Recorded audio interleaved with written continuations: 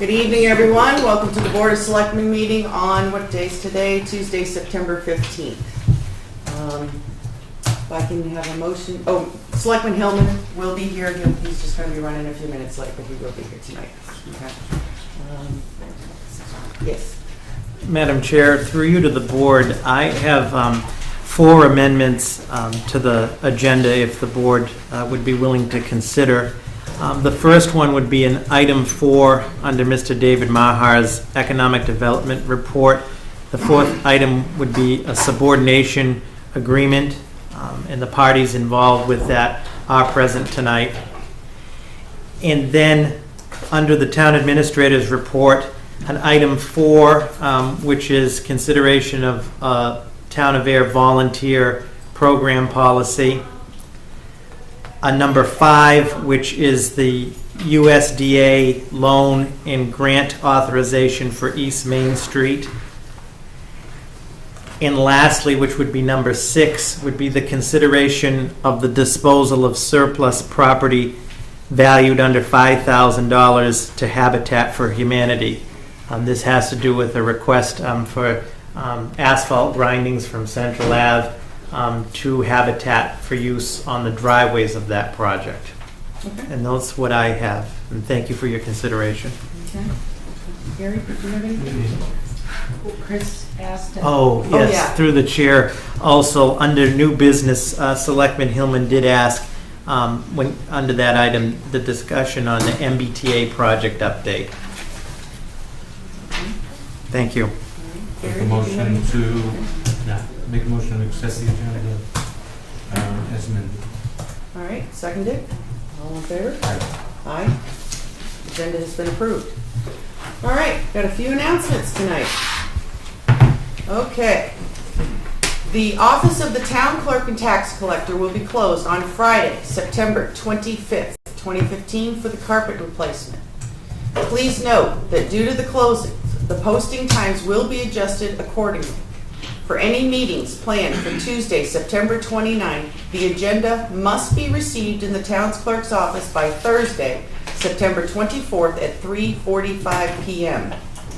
Payments may still be made online and via the lockbox located outside the Columbia Street entrance.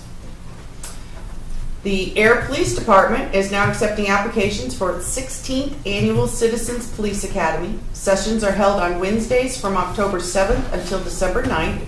For more information, please contact Sergeant John McDonald at 978-772-8200, extension 570.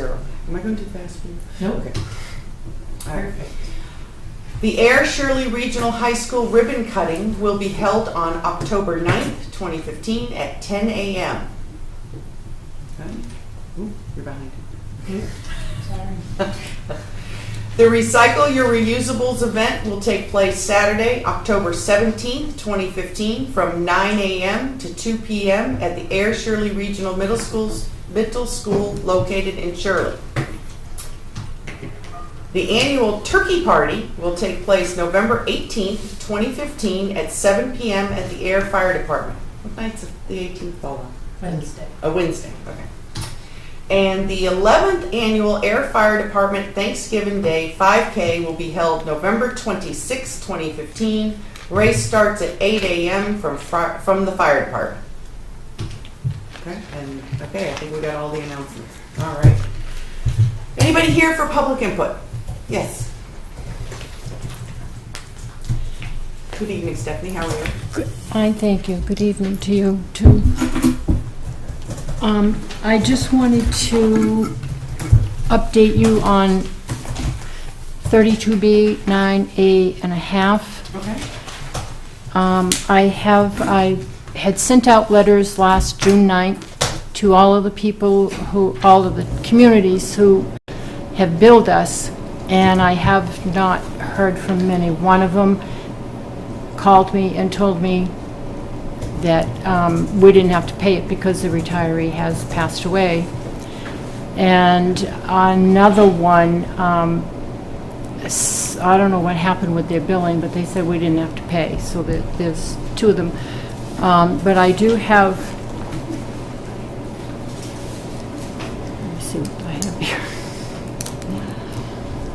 These are, it's a summary of what the town can bill, and also attached is a summary of what has been billed to the town.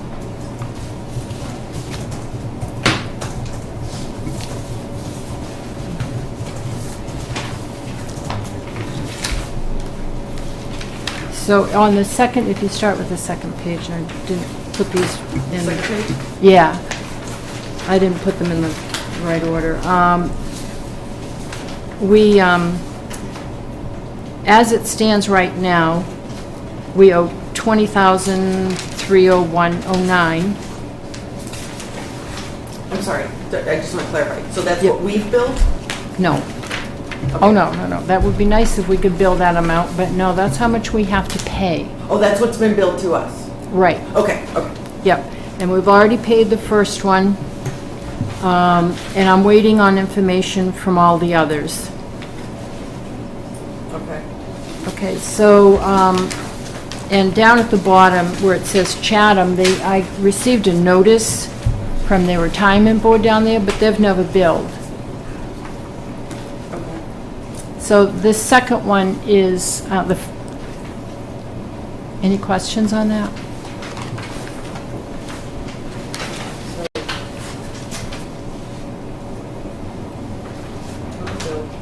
Yes. So someone like Worcester owes us $11,952. No. These are the ones that We owe? have billed us, yeah. Well, yeah, it might not be that amount. I don't know what their percentage rate is, but So these are the towns that billed us. this is how much they have billed us for, but it's not necessarily what we have to pay, because because we only pay 50%. I mean, some of these pay 70%, and we don't have to pay 70%, we only pay 50% of it. So, Okay, just to clarify, you're saying that the town of Ayer would only pays 50%, but like another town, I'll pick Milford, might pay 70%? yeah, So, Yes. so each town pays a different percentage when it's billed? yes. They bill us at their rate. And then, because we only pay 50% for our retirees, that's all we're required to pay. So in the case of Worcester, they billed us 11,000, but we might only owe 6,500. It could be, I don't know what they didn't put down what their rate is. See, I've requested other information, like that would be one of them, and a copy of their health insurance rates, so that I can use that in my calculation. So when somebody bills, they should probably have that information already in the bill so that you'd be able to do the calculation. Okay, all right. Just trying to clarify this. Okay.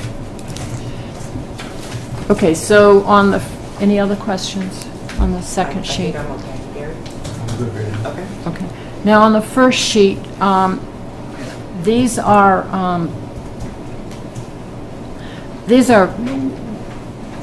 the ones that the town can bill, but I've just put them all down here, but we can't bill all of them. We only have 5.9 years that we can bill out of 291 point something years. That's the total. So, like, the first one, it could be 2.5 years. And then we have 1 year, 1 year. And then there's 0.4 years and 1 year. So it's a total of 5.9 years that we can bill for. Okay. Clarification, please. Mhm. So credible service can be billed. Could you explain that a little bit more in layman's terms as to what you're saying? I'm looking at these rows and I'm getting a little lost here. Okay, so the first column, credible service in years, that's the total amount of service people have worked in their It could be one career. person or three people added up together, or? No, like the first one is one person, and the total years is 32.25 years.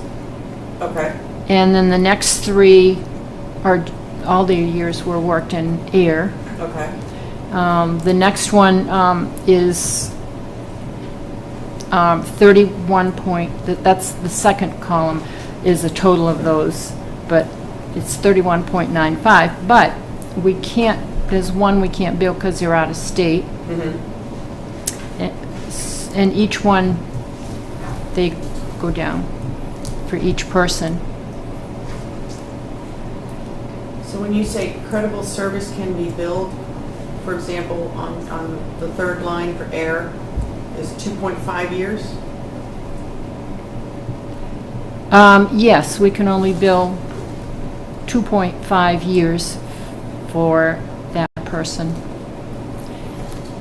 When it says county retirement, Worcester County, we can't bill county retirements or teachers' retirements, Right, or the state. okay. So it's only 2.5 years that we can bill for that first person. Gary? First, this shouldn't be public input, this should be the discussion on its own, just a point.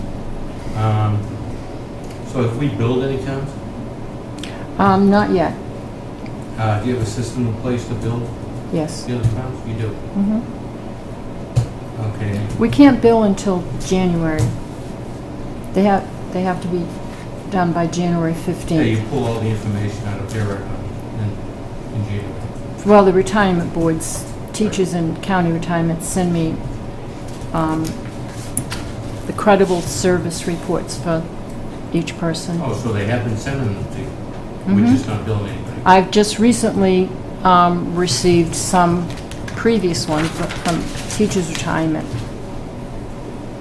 Did you Some- receive any back in 2011? Not too many. But you did receive some and we haven't built.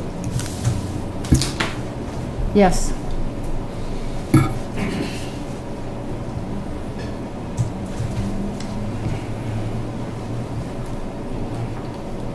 Well, that's where we get lost. We don't understand why we don't bill. Now, I know you got like a couple notes on the second page, you know, Fitchburg under withholding instructed not to bother with these bills. And some can't bill, I can understand, you know, you can't bill out of state. But it's very confusing to us as to why if we are getting some bills, why we're not reciprocating and also sending some bills.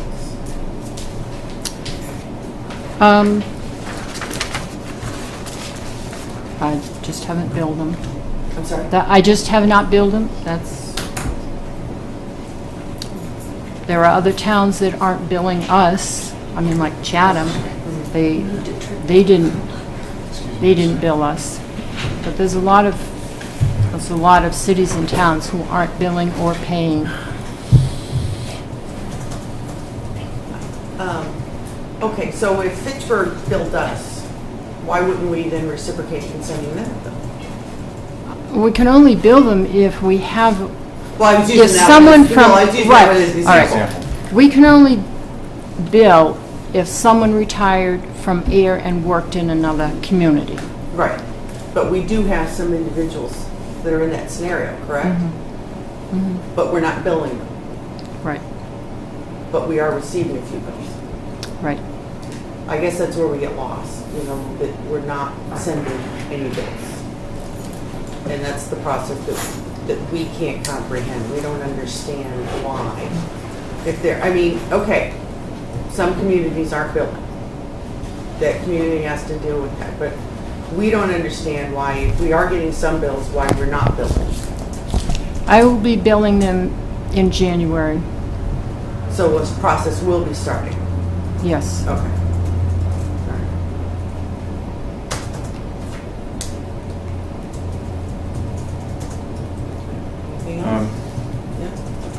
sorry I'm late. Yeah, you want to borrow this? No. She started with the second page. Oh, No, it's fine. Okay. I mean, I want to Carmen. make a point that You this can isn't to draw light to any position in town. I just think that we are all been voted in to do what is correct for the town, whether we like it or not. I've sat here at this table and agreed with stuff that maybe I didn't agree with personally, but was for the betterment of the town.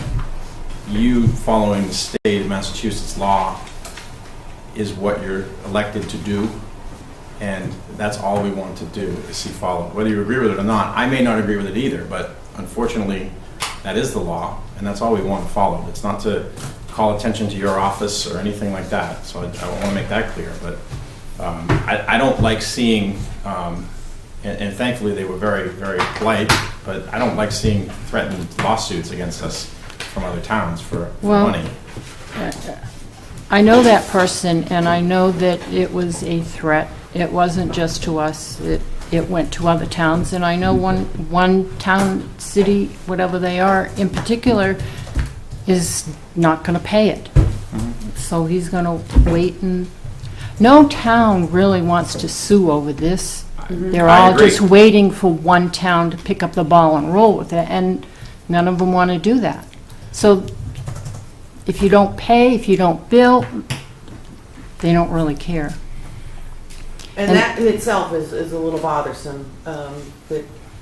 So I would assume that, you know, you would have some meetings with other treasurers from other towns and everything like that, conferences or whatever. What, are you guys working as a group to at least talk to the legislation of, we feel that there's an issue with this law and you need to fix it? Yes, that one town I said is not going to pay the other town that we did. He has been working with MMA. He's been to the legislature and to try and get some changes made. I mean, it's really an ambiguous law, and the state's no help. And if you have a problem, you can't call them and say, "Hey, what do I do about this?" Because they don't care. All right, so right now, as it stands in January, you will start the process. And that there is a group working on talking to legislation about fixing, enhancing, or whatever needs to be done with this law, so that we can, so that everyone can figure out how this should be done. It does sound like a mess. If I may ask, sorry, just looking at this quickly, I came right from open house, so my brain's a little scrambled. What is owed to us that we know of? Is that on there? Down at the bottom, 20,000. Oh, that's owed to us is on the first sheet. 5.9 years. So we can build for the 5.9 years, Okay. okay? Do we have a total on that, what that would be? Not yet. I don't know. She was also explaining, like, you know, Ayer would pay maybe 50%. So, Sure. an example of the bill that came in, you know, they didn't provide the formula so that she can then figure out what we would actually owe. So even if it says 11, it could actually be 65. So, yeah, I mean, I think we all agree that what's that? Nice beer. Yeah, it's just lack of personal hygiene. Well, that was scary. Sorry, it's been a busy week. I guess we all have laws we deal with. I mean, there's a subject I'm going to bring up later that I possibly could be banging my head against the table before the meeting's over that has nothing to do with anybody in the town but something in the state.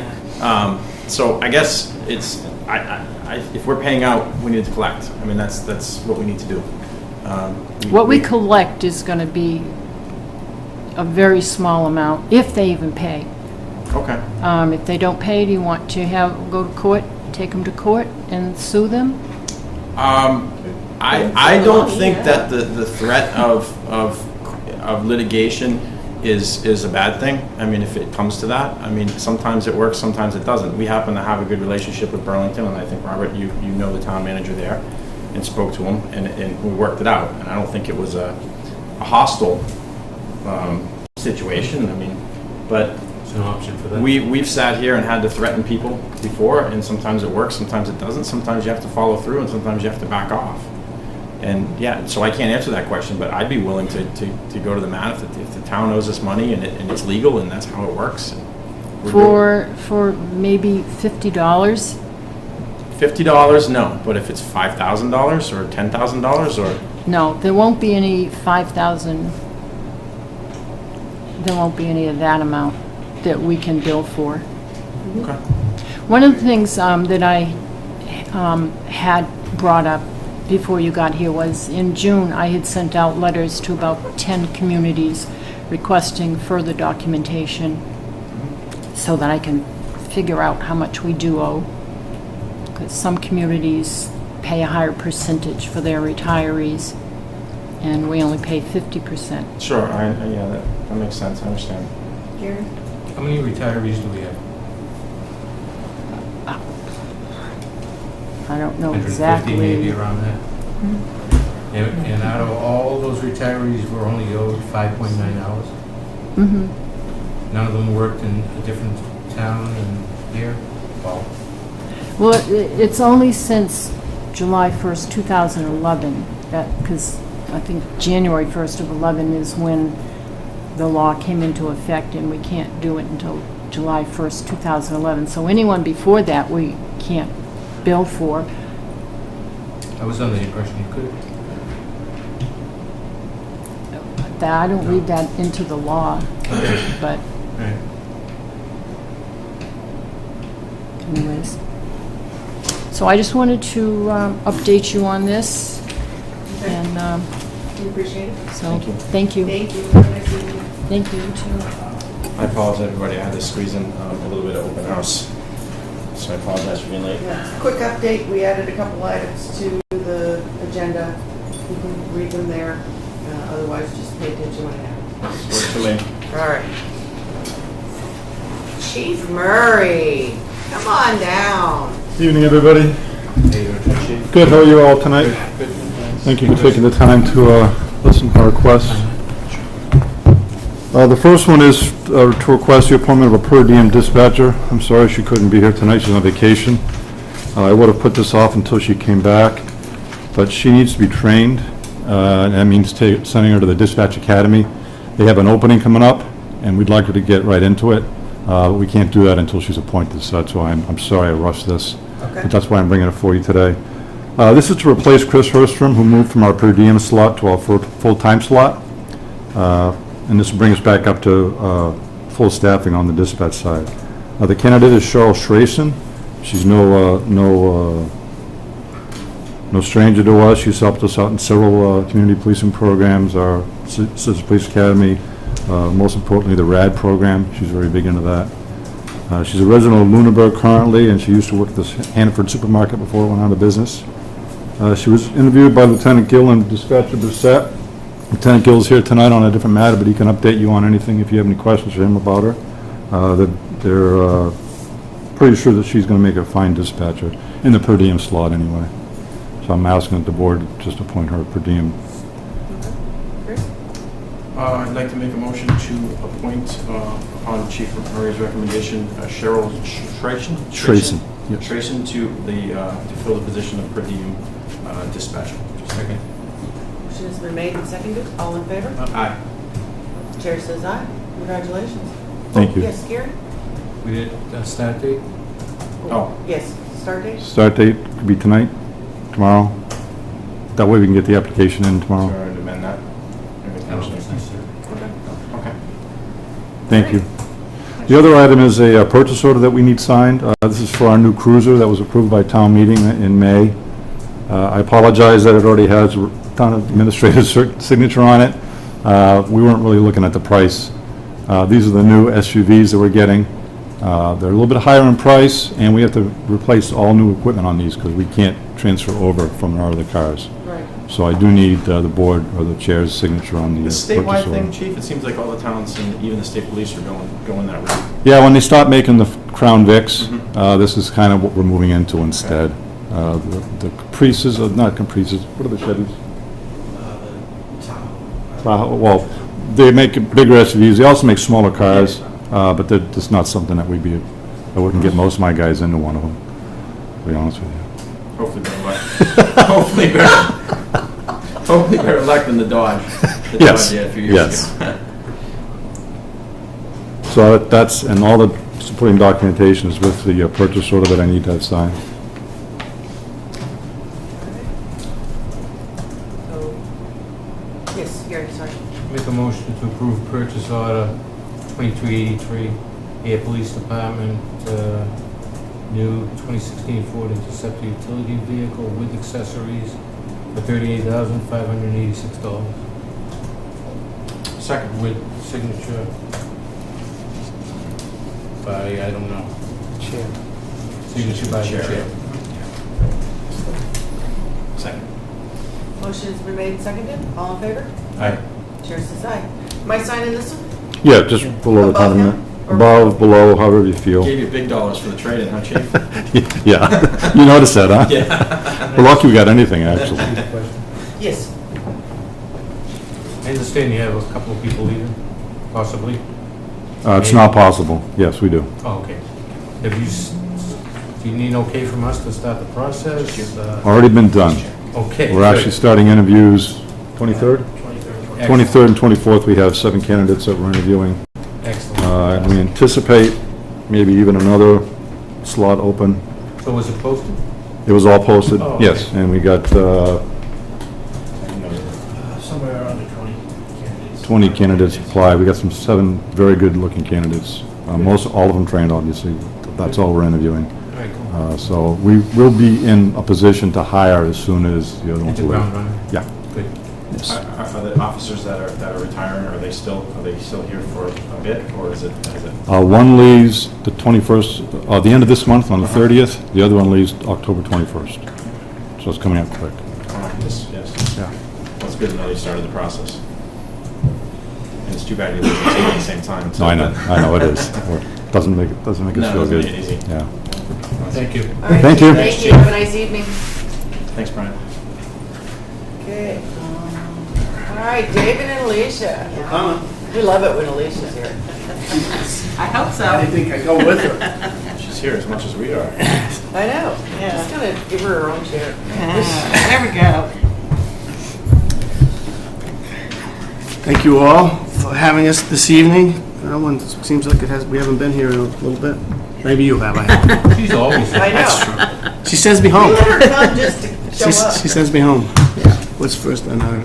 We've got the grant we Right. need your signatures on. Okay. Our packet's a little bit. We already voted on that, it's just signatures, correct? Yes. Well, don't they need to vote on the contract? This is the contract sent to us by DHED. Right. Now, Just make it. They need a motion that they're going to sign the contract to be able to get back. Yes, oh, I'm sorry, Gary. I'd like to make a motion to sign the 2015 CDBG Community Development Grant for $900,000. Good job. As outlined in the memo by Dave Maas, September 10, 2015. Just by the chair? If they only had one place, I think it is just by the chair. This is like Yeah. all signatures, here you go. Yeah, and if Signature by we could, the we chair. could, we could get that after the meeting if it's more convenient for the chair.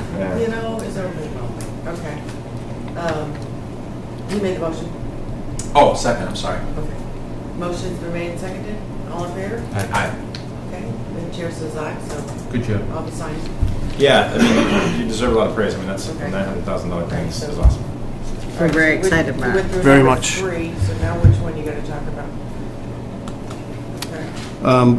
Well, I think that the memo that I had given about Ms. Hersey's promotion, of which we had discussed with Robert about, I try to outline it as in little detail as possible, because that's a little bit hard, because it has been, Ms. Provincial left in January of 2013, so it's been 13, 14, it's been almost two and a half, almost 3 years that Ms. Hersey has basically assumed the position in the department herself.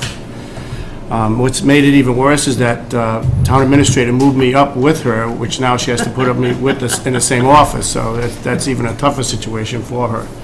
But, Change his pay schedule.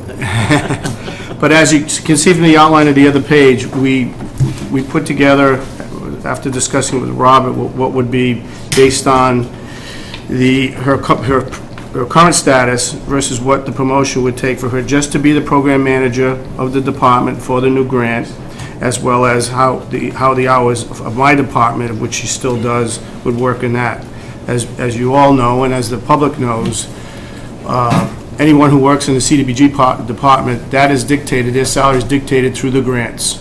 So not only is it a situation where someone has worked long enough and gone through, beside this, don't forget, we're responsible, or I should say Alicia is, most definitely, 2 grants for advocates, they total $600,000. And she literally takes care of them. Samsha deals with us, and then we deal with Hillary down there. So we're basically doing the finances for those 2 grants as well.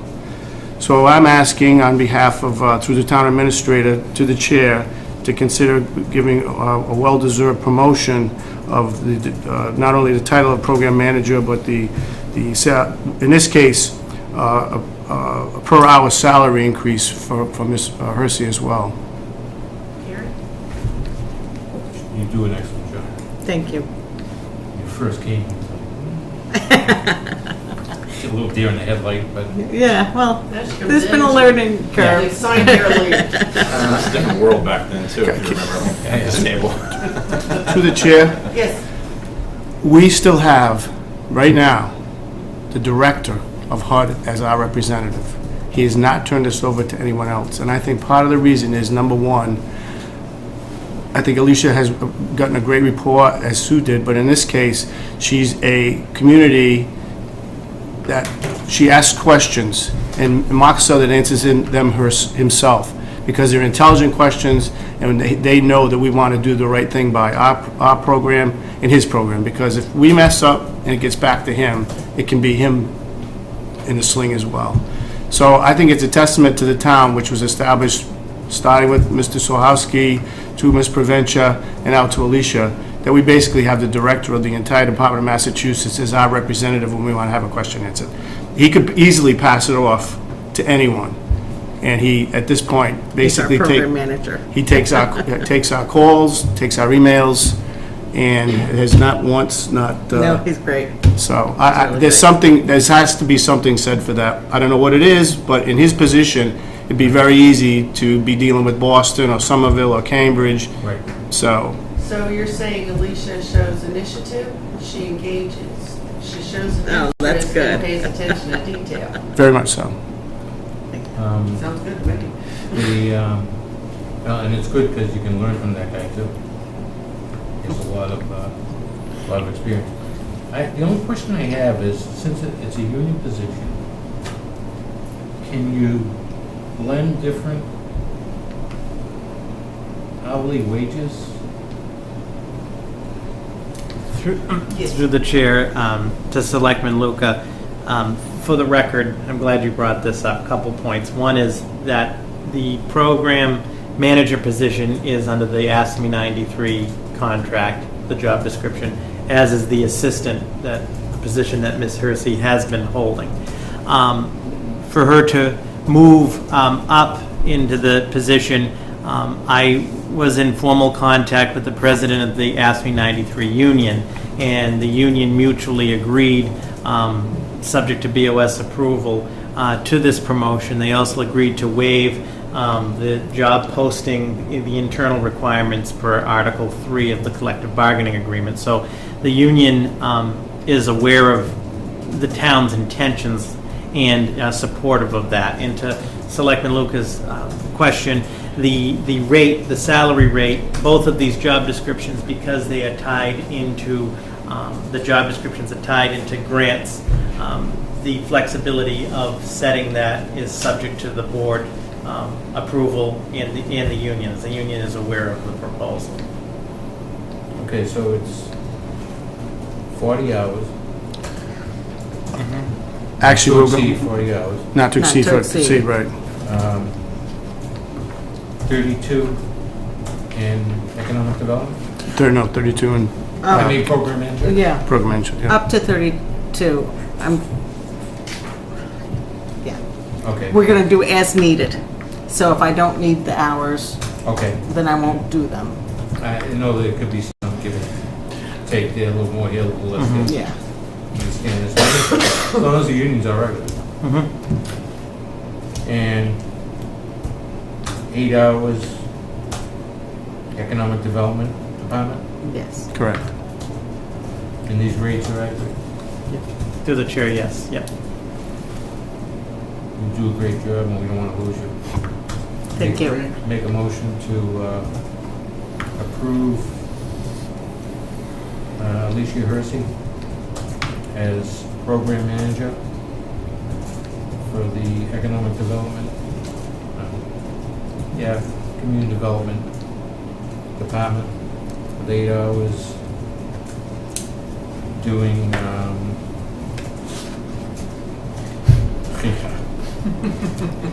Grant manager. administrative assistant.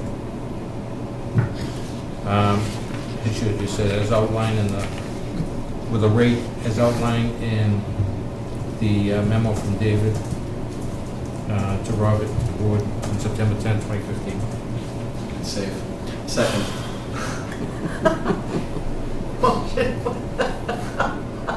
You got through it. Motion was made and seconded. All in favor? Aye. Chair says aye. Thank Congratulations. you very much, Well thank deserved. you. So do we have to bow now? No, When do we start that? You know, program manager.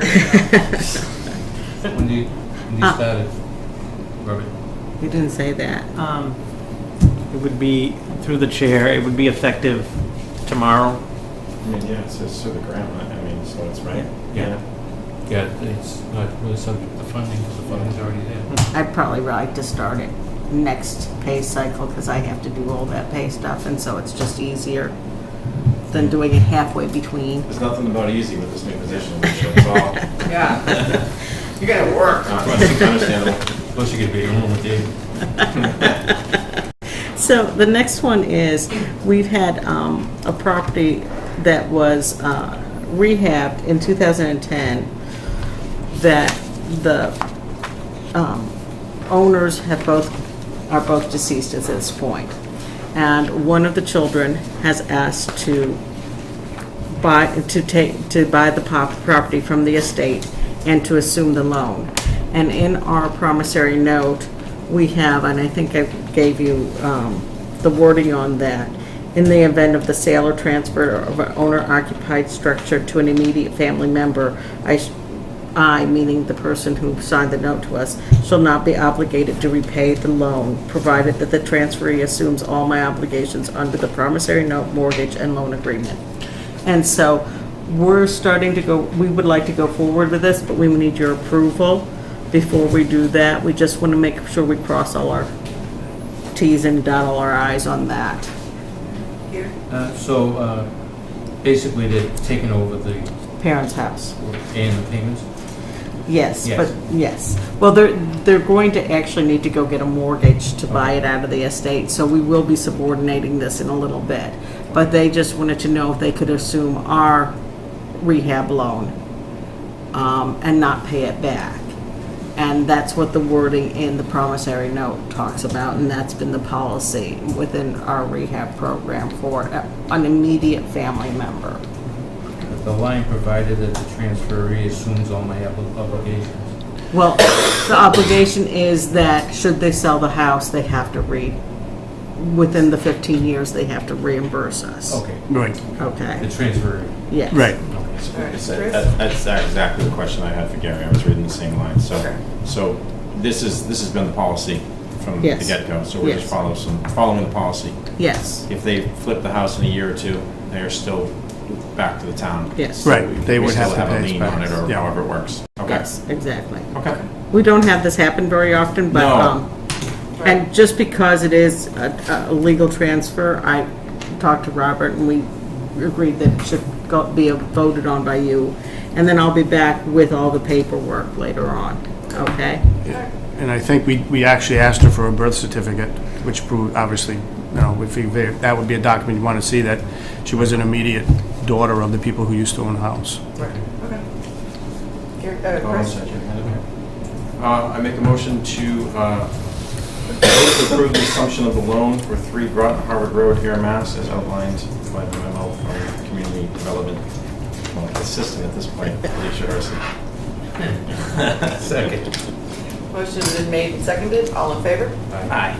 Chair says aye. Congratulations. Thank you, thank you. I'm going to leave David here now. Okay. And Wait, thanks wait, for wait, I want to ask a everything. quick question. Where Okay. am I signing on this page? In the box or here? You I think- kind of got, the sign here is in the middle. Right, I think the signature needs to, So I didn't see it's it. in the I got bottom, lost. needs to be in the bottom. Yeah, see, the sign here is in the middle, so I didn't.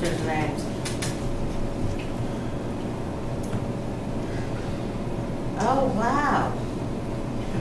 So I don't know if this, because DHEDC has to sign this, I'm actually wondering if all you do have to sign this. I should have looked at this ahead of time, I'm sorry. Okay, well, We can leave it for them. yeah, why Yeah. don't you? It doesn't have to be Like saying done, after the meeting. it doesn't have to be done this Okay, minute. Yeah, all right, Okay. No yeah, recording. oh, okay. Well, Is that the CDBG? I can always come back and, Sorry. yeah, sorry, and fix those signatures, so. Okay. We can leave it with Ms. Antonella, since she can make sure that it gets signed. Want to make a motion on that, change it? As long as you voted on it, we can sign it in the next week. It doesn't have to be done, so as long as you voted on it, then as you come in. So I'll clarify that, exactly where the signatures are, then it'll be at the BOS office and with more detailed stickies. Okay? Does that make sense? I'll make a motion to, that the whole board sign the CDBG $900,000 grant, providing all the information is pertinent. Second. Motion's been made and seconded, all in favor? Right. Works for me. Yeah, Thank seems you. silly, but you're right, it's a good idea Yeah. to cover it. Yeah, something, Well, someone in 5 years is going to complain. Yeah, all right. yeah, people like that. All right, David. Oh, David's back. David? The addition, we've been asked by the owners of the Spalding Building, Mr. Layton and Mr. Mather, if they want to come up for a second. They are refinancing with, I think, the same bank, North Middlesex Bank, their building. And in the process, there is a similar lien that was started back in 2004 when Mr. Calvin Moore owned the building. So they're having some kind of closing on Wednesday, and they asked us on Friday if we could bring this before the board. Basically, it's an assumption on a larger scale. They actually already have assumed the grant money against them when they first purchased the building from Calvin Moore back in 2012. Yep. So now they are going to go for a new loan, and they're moving the loan to the same bank. Yep. And we need you, because of the magnitude of the money, it's $750,000, realize that we're going to go back in the second position behind the bank again, with them remaining as the same owners. And this is no different than what we do on a No, smaller scale. no. We're just assuming the second lien holder as Right. we would in any Right, refinance, and in this right? case, it was started in 2004 with the original assignment, and it has gone to 2015, so 11 years of time has gone by, and for them personally, they've gone through 3 of that 11 years. So basically, they have 19 years left to have to keep the building if they don't want to have to pay back on the loan. And any time after 20 years, they'll get into the graduating, declining of the principal over the time between 20 and 30, if for any reason it got sold and the money would come back to the town in that time period. But basically, for them to move it through HUD, you as the finance delegation to oversee situations like this would have to give the okay for them to be able to, again, just like one of the house situations, move change the loan from where it is now to where it's going to be, with this HUD money being in the second position. Just to clarify, this puts the town at no risk at all. We're just subordinating so they can move forward with their primary Correct. mortgage holder, right? We've actually gone through this back in 12 when they when they bought it from Mr. Moore. Good to see you, John. Been a while. Yeah, I'll make a motion that we approve the subordination agreement between the town and North Middlesex Savings Bank and Trust Corp. Trust Corp. As outlined in the subordination agreement with signature by the chair. Second. Motion's been made and seconded. All in favor? Aye. Aye. Chair says aye. Thank you. Just for the record, I always do this, Mr. Layton is my second cousin. We've run this through Mr. Rich and Town Council, but I just always like to make that we're good. I don't really You know. like him though. Yeah, we don't like each other. Just for the record. Blame them or anything? Do you We see look each the other, other way? when you see them on yeah, the we say street? hello. FDR's wife was a cousin. You opened the door for me. Yeah, I did, but I just wanted to make that because there are people who tend to make big deals out of nothing, so. John, nice to see you. Nice to Are you back for good or just to visit? Right now, visit. Okay. Well, I hope you enjoy Now, right. for it. now, For now. All right. we're gonna go get Ross now. Oh, good. Say hello. Nice seeing you guys. All right. Thank you very much. Thank you all very much. Yeah, talk. Oh, okay. Very nice people. Okay. This is what the sun is now. It's 30 each. Very All right. Lieutenant Gill?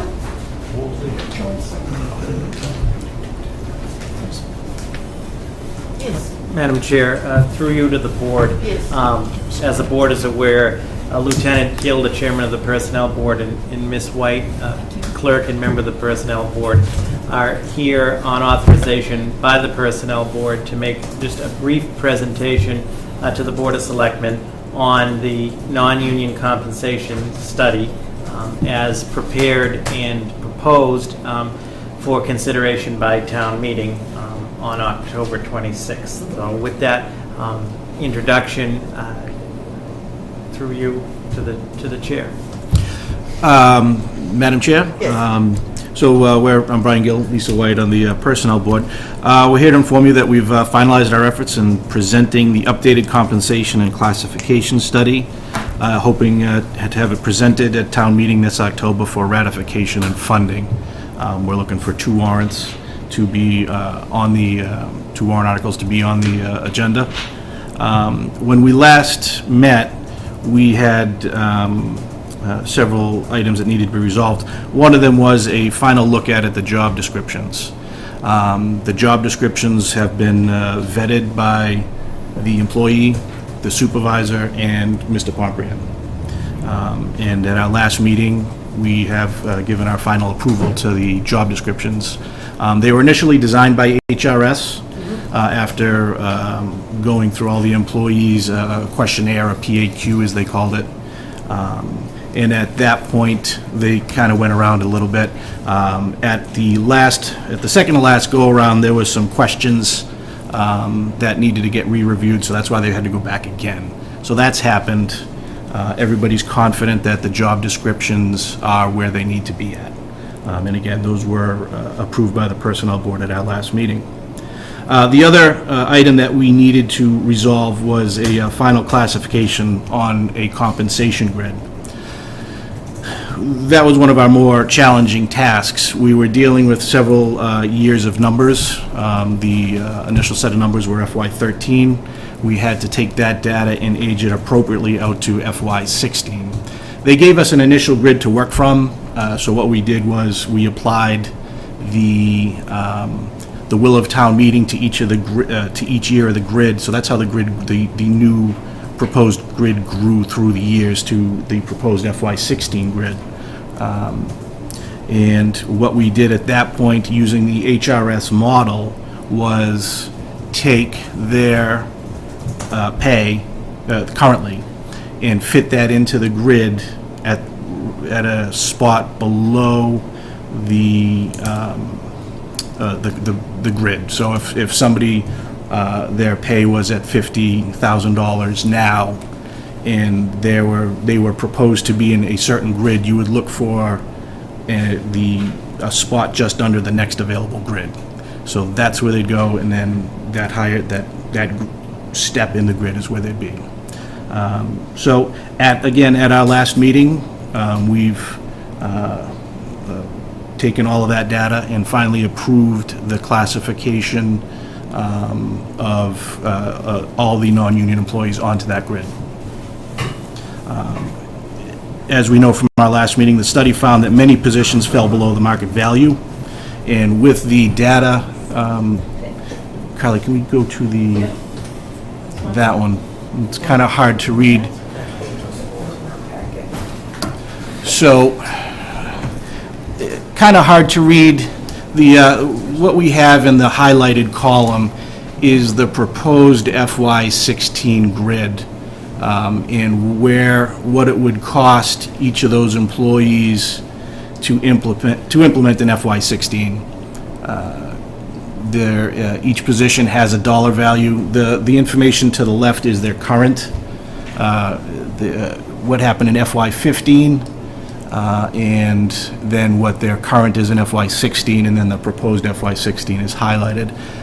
The very last column is what it would cost to implement each of those positions. And what the cost to implement this new classification system into the FY16 would be $86,368. And what that is every position that through market value, data analysis, placement onto the new classification system as the total cost to implementation. Just a point of information through the chair. And that's retroactive to July 1st. FY16. Yeah. Yeah, there is no retroactive for the previous years. We're just talking about FY16. And finally, one of the items that we got through this system was more of an updated classification and reclassification system, which is a much easier to use tool. That, as we looked at it, we found that it's going to simplify matters when new positions are brought before us and positions are brought before us for reclassification. At first glance, it just automatically seemed much easier. Good, that's important, because I know we've had issues with that in the past, interpretations, and so I appreciate that being taken a look at. So with that, again, and I think it's important to know that we've unanimously voted to put forth this to hopefully get it on the agenda for the town meeting. And our other member who couldn't be here, the Finance Committee representative, Scott Hood, we all unanimously voted to put forward this study and implementation. This doesn't require a vote. I mean, this is just when we put together the warrant, correct? Right. Right, through the chair, the Personnel Board at their last meeting, it was suggested as a courtesy, wanted to formally present this. As Chairman Gill mentioned, procedurally, when the board considers the warrant on October 6th, this is comprised of two warrant articles. The first warrant article is the actual grid that you see on the screen with the appropriate language, and the subsequent article would be the funding piece. And we're good with, I know the company that we hired initially gave us some issues. I'm not sure if, I know Lisa, I think you were on the board at the time, but Brian, I don't know. Has that been handled and rectified and Yeah, paid? through the chair to the board, and if I could... Assume that everything you say is All right. going through me. Okay. Yeah, no. I would just like to say that town meeting authorized this study in October of 2012. HRS began that process in good faith. There were delays in issues that had absolutely nothing to do with the town of Ayer, anyone on the town of Ayer, and I really just want to, again, commend Ms. White, Chairman Gill, and Mr. Hood for sticking through the next almost 3 years, if you will, of this. At the end of the day, the town of Ayer did not pay the full amount that was owed to HRS through mutual agreement because certain deadlines and things were not met. Secondly, I think at the end of the day, through the work of the Personnel Board, the department heads, myself, as this goes to the floor of town meeting, the value to it is, one, as all of the job descriptions have been updated and finalized as mentioned. There is a classification system in grid which, through the public hearings of the Personnel Board, and we knew this going into this, not everybody's going to agree 100%. Nothing is 100% perfect, and the Personnel Board is aware of some adjustments and corrections that will have to be made down the line, which is their purview to do through that process. But importantly, there is now a modern system in place in which the town can now move forward with an accurate compensation classification system, and as Chairman Gill mentioned, which is key from the HRS study, which is of value, there's a mechanism for the reclassification and to update the grid, if you will. And so at the end of the day, the Personnel Board did an excellent job, too, in preserving, if you will, that third-party objective data that was done by HRS within this study. And you can say with a high degree of certainty that the study does not reflect what one would call internal bias, in other words, internal work and so forth. The comps, the point system and so forth was all third-party objective, which is, I think, key. Yeah, you took a mess and put in something that was viable. That was one of the reasons why we had such a long span of time, and you know, Right. with the delays and trying to It's like a get through root this. canal. Not your Without fault. anesthesia. Yeah, good job, without anesthesia. Good job. Thank you very much. I like to do the warrant article. Thank you for the courtesy of There you bringing go. it to us. Thank you very much. Thank you. Appreciate it. Have a nice evening. Bye now. Thank you. Okay. All right, so next up is 7 Point of Massachusetts Incorporated. Madam Chair, members of the board, thank you for taking some time with us this evening.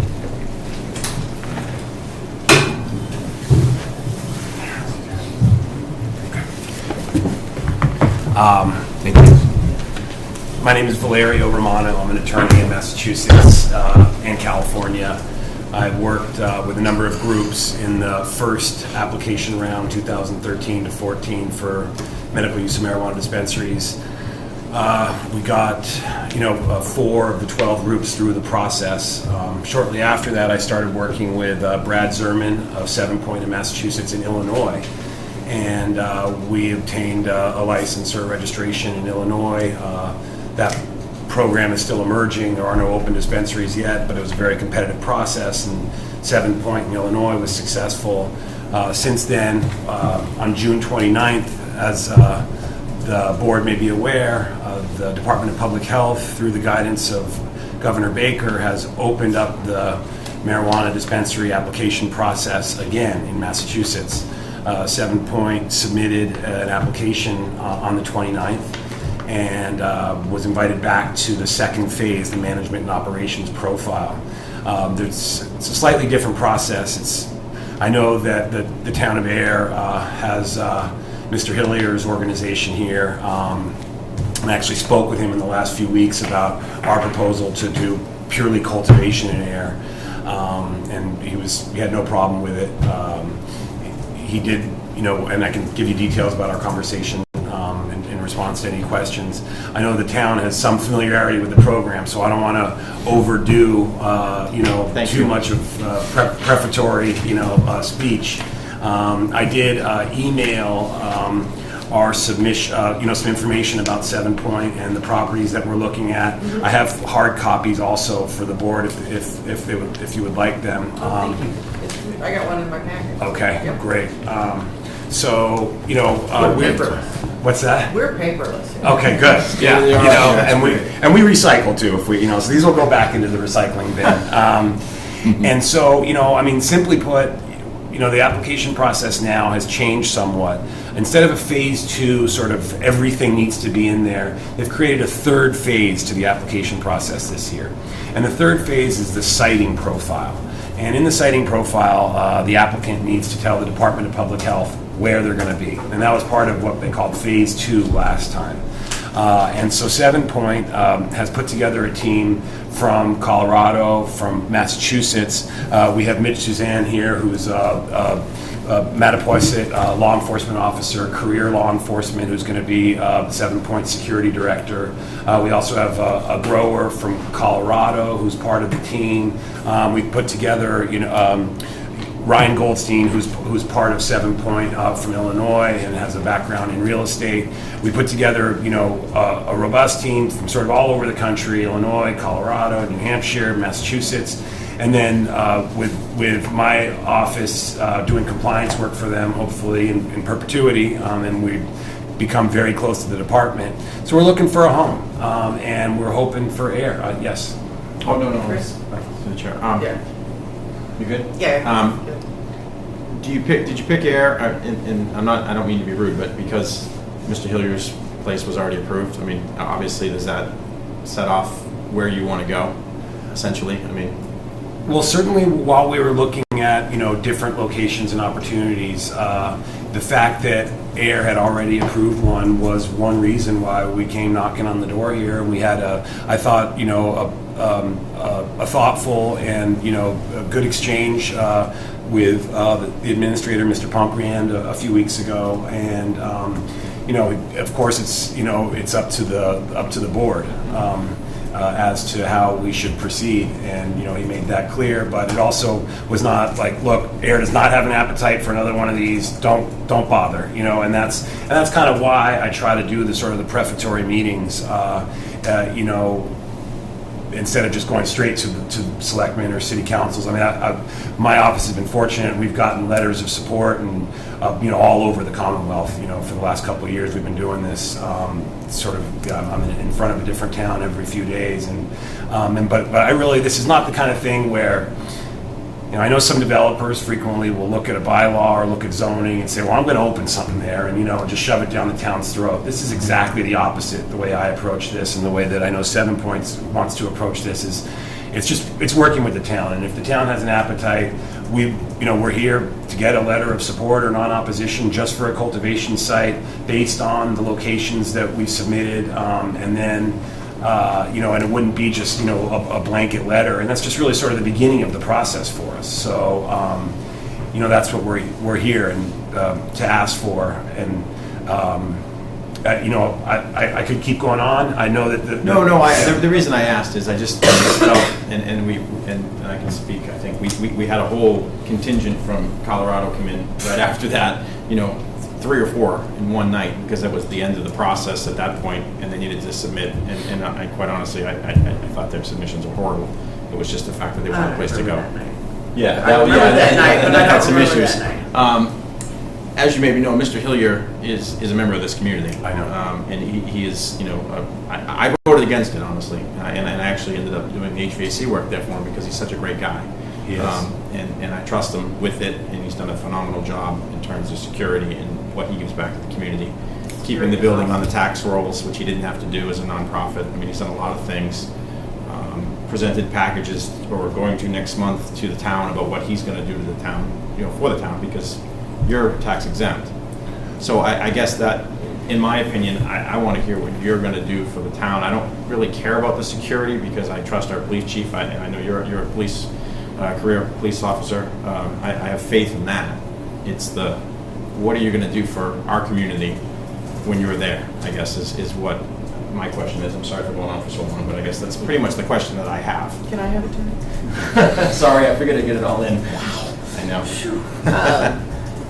That is a good question. I know that you kind of were very vague in your paperwork as to what you might do for the town. The other part, so it would be just cultivation. It would not be a dispensary. So you're growing it and what? Taking it to a dispensary who would then dispense it? Madam Chair, so, and I'll try to answer Selectman Hillman's question as well. But first of all, to respond to the chair's question, Massachusetts has this vertically integrated model, meaning every nonprofit has to do all 3 activities within that company. Mm-hmm. So that's cultivation, processing, and then actually the retail or dispensing component. They can divide up those 3 processes into 2 locations. So typically, if you don't do them all in one sort of co-located facility, what groups do is they cultivate and process in one facility, which is what 7 Point hopes to be able to do in Ayer. And then in another facility, much smaller, you pick up 2,500 square feet or something somewhere else, and you just do retail out of there. And so that would be that's sort of the proposal for 7 Point here in Ayer. So yeah, and we believe, and many communities that I've met with sort of agree that there will be less perceived harm to a community if you're not actually dispensing cannabis or marijuana in that community. If you really look at the studies nationally, and not by normal and Americans for Safe Access, but by independent law enforcement groups, the perceived harms aren't really there. I mean, even the police chief of LA has been on record saying that banks are more likely to get robbed than dispensaries. In the highly regulated model that Massachusetts is, and I appreciate Selectman Hillman's, understanding that we're going to be secure, right? I mean, these things can be Fort Knox, and that's really what's come about, in any highly regulated community. I'm not talking about Oakland in 1996, but the evolution that has happened, and particularly Massachusetts, which is the most highly regulated jurisdiction in the country, basically. So, that being said, to get to if I may respond to Mr. Hillman's the question. So while it's true, and this is a misconception that many people have throughout the Commonwealth of this process, because what they did was they drafted this initiative that was on the ballot in 2012 in November, and it passed, and they threw in this nonprofit requirement at the very last second to get some voter support. Oh, they're going to be nonprofits, okay, no problem, right? They didn't really think it through entirely, because unfortunately, under federal law, you cannot get an IRS designation as a 501c3 when you're violating federal law. We're essentially violating the Controlled Substances Act, right? I mean, so Right, but I know there's an agreement with the feds. So what happened was, in August of 2013, and it was basically directed at us and Congressman Delahunt, frankly, the Department of Justice put out a memorandum that said that we're not going to enforce the Controlled Substances Act in highly regulated jurisdictions. We're not going to do that unless you implicate some other law enforcement priority, danger to children, money laundering, drug cartel activity, right? Some other law enforcement priority. Otherwise, we're going to leave you alone in highly regulated marijuana jurisdictions, which California is not one. The feds are still knocking down doors in California. In Massachusetts, that's why actually I really love Congressman Delahunt's participation, because he's not going to jail, so I know my clients aren't going into custody either, and so I practiced criminal defense in California for years. So anyway, not to spin off, but you can't get a charitable organization designation from the IRS for selling marijuana. You can't do it. Right. So there is no 501c3 designation. So while we are a nonprofit in Massachusetts, we are not a public charity, and we are not tax exempt. We will be paying property tax. Now, over the next couple of years, it could be that Congress reschedules it, does something to open up the IRS's ability to give this tax exempt designation. And frankly, dozens and dozens of marijuana dispensaries have applied to the IRS to become a 501c3 over the last, 18, 19 years since the law went into effect in California and slowly throughout the country. Every single one of them has been denied. There are countless responses, IRS letters back to these dispensaries saying no. But in the event that designation were to change, 7 Point would certainly commit to Ayer that we would continue to pay property tax on our building. So that's one thing you can definitely count on. Now, so I've worked with Fairhaven, Dennis, Plymouth, Quincy, starting the process, I hope, with Framingham, although they're waffling a little bit on the letters that they gave out. I have a client in Georgetown that we're going to do it with. They've given us a letter of non-opposition. That's actually for a current registration holder. We moved from Haverhill to Georgetown. So I've worked with these different communities on structuring sort of community benefits packages. If you look, Councilor Palmucci, the ward councilor in Quincy, calls it mitigation money. I always go back to the fact that I really don't think these things cause the harm that is perceived, but some sort of community benefit. And what I've found is that it's much better to sit down with the stakeholders of a particular municipality and figure out, what do you need? what does your law enforcement need? Do you need a substance abuse counselor that will tour, go to your local courts, go to your high schools? Is there something that law enforcement may need in the way of salaries for law enforcement? Is there, what does the community need? If instead of just sort of pitching, a round figure, and then that money, if it gets known that money's out there, it gets spent before it ever by the community before you ever figure out where it should go, right? So Oh, you don't know about us here, we're good. you are okay. So most communities, that's what I've found is that it gets spent quite. So instead, what I did with Mayor Koch in Quincy, for instance, I spent he was very thoughtful, and Quincy was way ahead of this issue, and they had a zoning bylaw quite early, and we worked with the city there, and the city council authorized Mayor Koch to sit down and enter into a community host agreement with us, and I sat with him for many hours, and what he did was he said, well, these are the things that I've spoken with the town, I've spoken with the city, and these are the things that are important, and we enumerated them in a community host agreement, and so they'll all be laid out, and I know that 7 Point is absolutely willing and eager to make that kind of same agreement with Ayer. So we'll commit to paying property tax. We'll absolutely commit to hiring locally whenever possible, right? So we'll, everything else being equal, we're going to hire somebody from Ayer. There's probably a couple, top management jobs where you want the experience of somebody who's been doing it for a decade. Yeah, security or head cultivator. But for the most part, we're going to hire people from Ayer.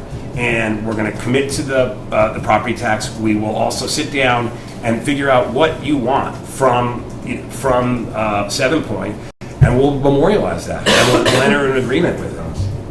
Say quick, I promise whenever you're ready. No, I'm sorry to be long-winded. I'll Don't yield. stick you two in a room. Yeah, no, sorry. I talk about this all day, so it's like this is kind of all I do. No, I guess my concern was with Mr. Hillier, it was more the stigma of it coming to Ayer. I mean, Ayer was a community that was a military community, as you probably researched.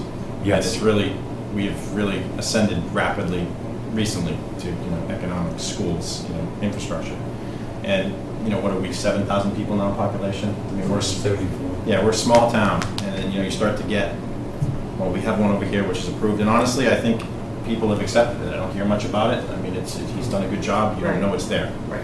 And Yeah, he's reached out. And he's reached out. Yes, he's been very- And I guess for me to sell it to the residents of Ayer as just you're another hardware store or something that pays taxes. I mean, obviously, there's got to be something. So I appreciate what you're saying. I think you understand what I'm saying. The other thing that, in Illinois, the industry is underway. So no one's open yet in Illinois, but everyone's going to open this year or by January probably. And so in the meantime, while we're building out and getting ready, we've been doing a ton of patient education and participating in Chamber of Commerce community. We actually we're at an event tonight with like 5 different chambers participating, and so we're doing a lot of community awareness and education about medicine, because even though the law has been passed here for a while, it's really just getting started here. And so you have, doctors that don't know how to deal with it. You have prospective patients that don't know how to deal with it. So, within a month of us being approved in Illinois, we hired a local licensed clinical social worker in Oak Park, which is where we're opening in Illinois. And, she's doing seminars in the libraries. We're reaching out to other communities now in the area around us.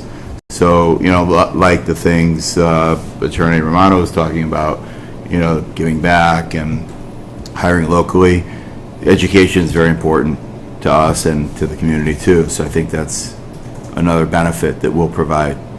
And if I may, just to finish the loop on that, through the chair, is a pure cultivation facility, no one is going to know what's in there, right? There's no signage whatsoever. No, There's no I agree. front, it's not, And like I said, I'm not worried about security. Yeah, and the only reason people will know that something's there is because the facade of that building is going to be all cleaned up, the landscaping is going to get fixed, the parking lot's going to get fixed for the employees there. That's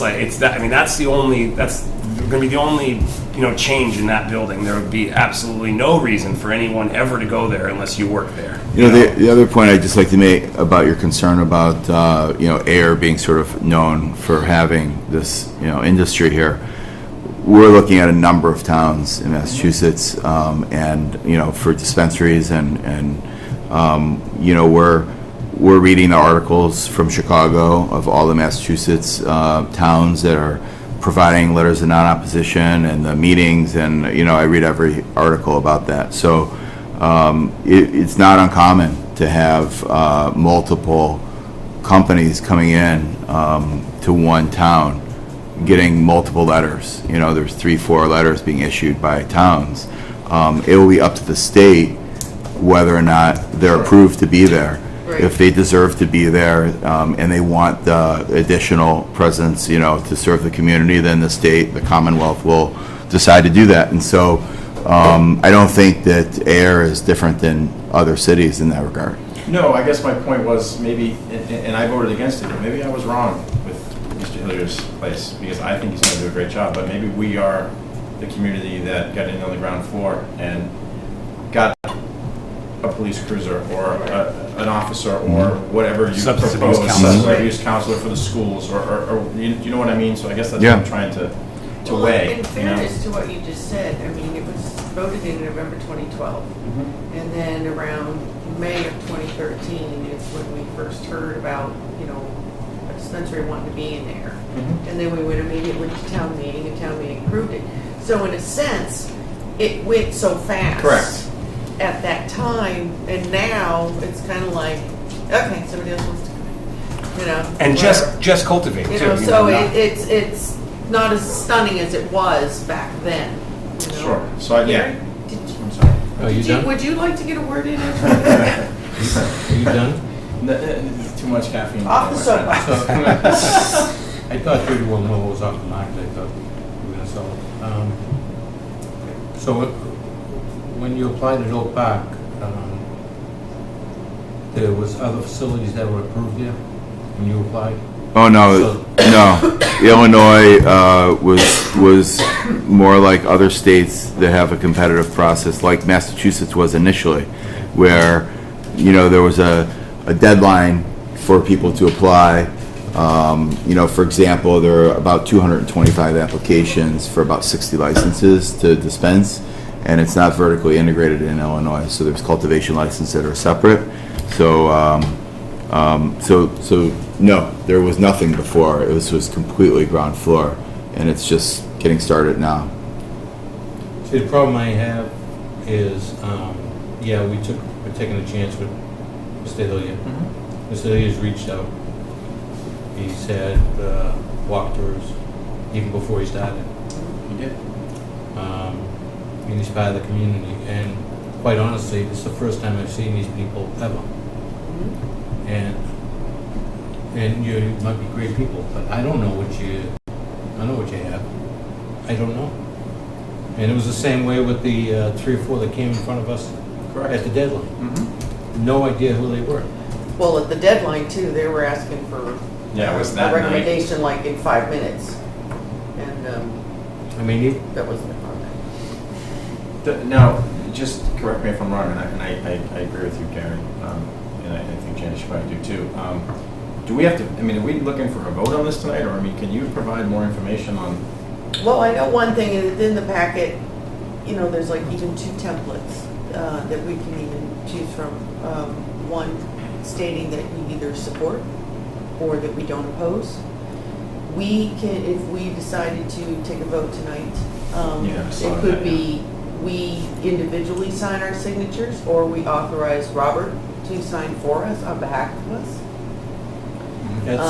So that's if we made a decision, but then the other part is do you need to have a decision from us tonight, or can we process what you? We're not gonna rush you like the people from Colorado did, no. Okay. We don't have a timeline like that. Okay. This is, but this is we're not from here.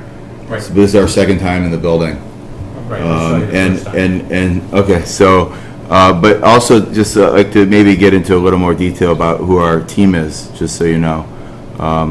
We have some Boston people, like, so we have on our board of directors, we have a lecturer from Boston College.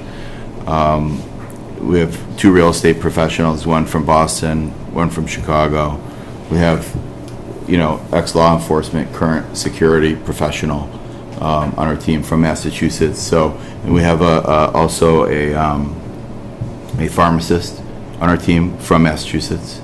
And then we also, someone who was involved in my Illinois application is a grower and dispenser was part of the medical program in Colorado. They have about 45,000 feet of growing and 4 dispensaries, including a couple of medical still, even though it's recreational there.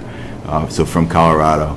And we have a person from the East Coast who has experience working in a dispensary. And, so for many of us on our team, we've been vetted by the state of Illinois. So it was an extremely competitive process. And so while we're not local, And if I may for 1 second, another thing that we do, we hire Creative Services, Inc., which is the name of the background check company that the Department of Public Health uses, and we run all of our clients through them also. So, I'm confident that, everyone that I represent, because I've been successful at this now, so something of, my time and the time in my office is something of a commodity. We only work with people that we know. We vetted and we know who they are. We're not just bringing random folks in front of boards that our reputation isn't frankly isn't worth that. And I think that sort of to combine the selectmen's concerns and comments, and I know speaking with our security professional Mitch, the fact that this is a former military and former law enforcement community, that helps us because we want to hire those people to provide the security for us. So when I talk about hiring locally, that's an absolute commitment that we'll memorialize. Although you don't necessarily know us yet, and I would love to get to know you, and I've come back, and we're not insisting on a vote or a letter tonight by any means. We want to be as transparent and open as possible, but also our facility, although it won't be serving the public here by any means, will hire those law enforcement and military personnel to help make sure it's secure, and in any other way. And other jobs, yeah, and other as jobs needed. as well. So, and these are, we've marked on our form to the Department of Public Health on the Phase 2 submission that we're about to complete. These are not just hourly goodbye jobs, come and go. We want to provide employee benefits, and we want to provide pay payroll taxes and do the whole nine. This is not just contract hourly. These are real jobs, and I'm sure Mr. Hillier is doing the same. So I don't. Part of my thing on this too is I'd really like to see how John does as far as security, growing any issues in the town. I know with that, if having another facility in here is going to open the floodgates to more facilities. Well, I understand what you're saying, but quite honestly, when they first passed this, they kind of let us know that how many would be in per county, and they did make it clear that more would. Yeah, they just opened it up. That's where they opened it up again. That's just my... No, it's I don't think we need to make a decision tonight, but, so I would recommend maybe we table this. Should we table it to the next meeting? Where we can sit down with ourselves and... Alone? Alone, you have to be alone, yes. And come up with our own pros and cons. They used to call it the Ben Franklin Clause. And then come back at our next meeting and decide how we feel. Yeah. Does that sound reasonable? Yeah, absolutely. And just to add to that, I like I said, I ended up doing some HVAC work over there. It is, the state is very, it's amazing. They are that top security of system, I fell in everything. love. So I'm not worried about that- how the state runs it with Cory checks and background checks and employees and delivery drivers and, I fell in love just with to that work security there. system. The state covered that. I was there Yeah, so for like an hour. and how the security works. So like I said, I have no. But just, so we would welcome if you guys talk internally and other questions come up about myself or our team, I would welcome. We can't talk in Yeah, They're not going to do that unless Yeah. they notice it. That's right. So We have to be here in front of the cameras to do We that. will No, I'm depart just- from this I'm table just- and we will not talk to each other, except if we see each other on the street, we may say hi. And so individually, you might get a question from us, but the Okay. three of us will not be I talking just- again until the next I meeting. just welcome any questions, that you have for us. And I also would welcome to meet with your police chief, as we've done in Illinois with several communities. No, I think he left. Oh, no, he left, yeah, he was here ducked earlier out. though. Okay, so we have experience having those meetings regarding our security plans in Illinois, and we've even included them here for our Illinois locations because it's very secure in Illinois. But we welcome input from police, and hope to work together with them because it's just going to be an ongoing partnership with everybody. Right.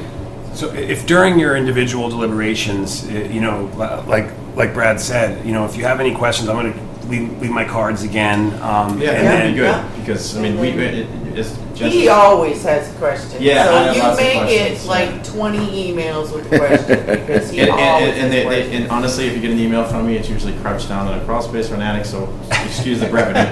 That's all right. But it comes to my mind from the ADHD. Yeah. But I guess my question is, I'm more open to this than I was. Honestly, I was adamant against that, even though I respected it and supported it after it was done.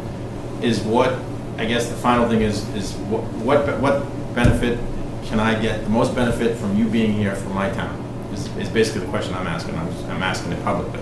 If you understand what I mean. Like, No, I like do. what package, and I'm not trying to extort or anything like that, but I mean, this is a unique situation for the entire state. So, like I said, maybe if we're getting in on the ground floor, maybe in 5 years we're the brilliant ones in Ayer that did this. Maybe not. I mean, but So, I supported the first one. yeah, no, I know. And I'm just Larry right now. Yeah, and I have some questions too. To the selectmen, I truly believe that Ayer is brilliant, getting it on the ground floor. We are brilliant. This is, no, I really mean it. This is, I started this, I guess it was a few years ago. One of my first meetings was in Salem with Mayor Driscoll. And I used to do this really long song and dance about figuring out, what your favorite local charities are and and Mayor Driscoll said, Valerio or Mr. Romano, I don't know her that well. She said, we're our own favorite charity. So, That's where I was going with that. absolutely Yeah. get where you're coming Thank you from. for, wording it that way. And so, what and I think I tried to address this a little bit in my early comments, is, we don't know what Ayer needs. We're willing to, to work with Ayer on providing whether it's mitigation or with what Ayer needs.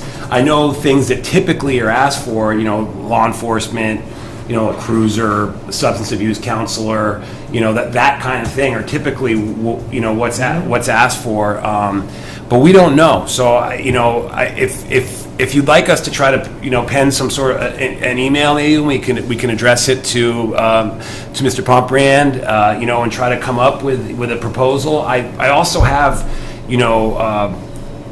community host agreements that I've worked everywhere else, redacted. We could put some sort of amalgamation of it all together, but we really don't know what Ayer needs. And I really find that these things they just seem to work better if we're addressing the town's specific concerns as opposed to just us, just spitballing it. But that being said, this is the kind of thing where we want to give back financially to the community. We want to hire directly from the community. We want to work with law enforcement and military personnel that live here. And this is one of the things that Mitch brought up on our first meeting with Mr. Pomprian, was our intention to do that.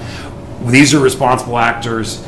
Me personally, I know everything there is to know about this program. We can, if you have any questions about the recreational program that's going to be on the ballot at the end of next year, I'd be happy to answer how that's, we know everything there is to know about this. So this is a really thoughtful group that we can really be a good participant, and then I think, and we're not asking for it tonight, but hopefully somewhat sooner. I don't know if we'd have time to wait until Mr. Hillier's open and been serving the public for a while and all that. Well, our next meeting is October 6th? I believe Mr. Hillier is coming too, so Yeah, I so- think that'll give us an idea on his Yeah. presentation for Right, so the community. we can, It'll be open next month. too. yeah, I just let's table this? Yeah, Okay, I just sorry. have a question. How many jobs do you expect So, to come out of this? so I think the cultivation facility could, in year 3, could be about 50 jobs, depending on, yeah, absolutely. So really, depending on how many square feet we build out, it's about 12 to 15 people for every 10,000 square feet, if you really want to do it right. So this is it's a good turnaround too, because this is not just like you're only growing 9 hours a day, right? It's a constant process. So you're growing, cutting, trimming, cutting clones, replanting them, growing again, and you're constantly processing. You're going to have a bunch of different rooms, and some are going to be at different stages. You're going to have a Fall, and you get It's some. fall, Yeah, you're it's doing fall, an artificial fall, an 18 and 6, Yeah. years. 12 more than 12 hours, under Do a 12 job. hours. National Grid's a big favorite of these cultivations. Oh, yeah, too. they are. The electricity use, I'm sure.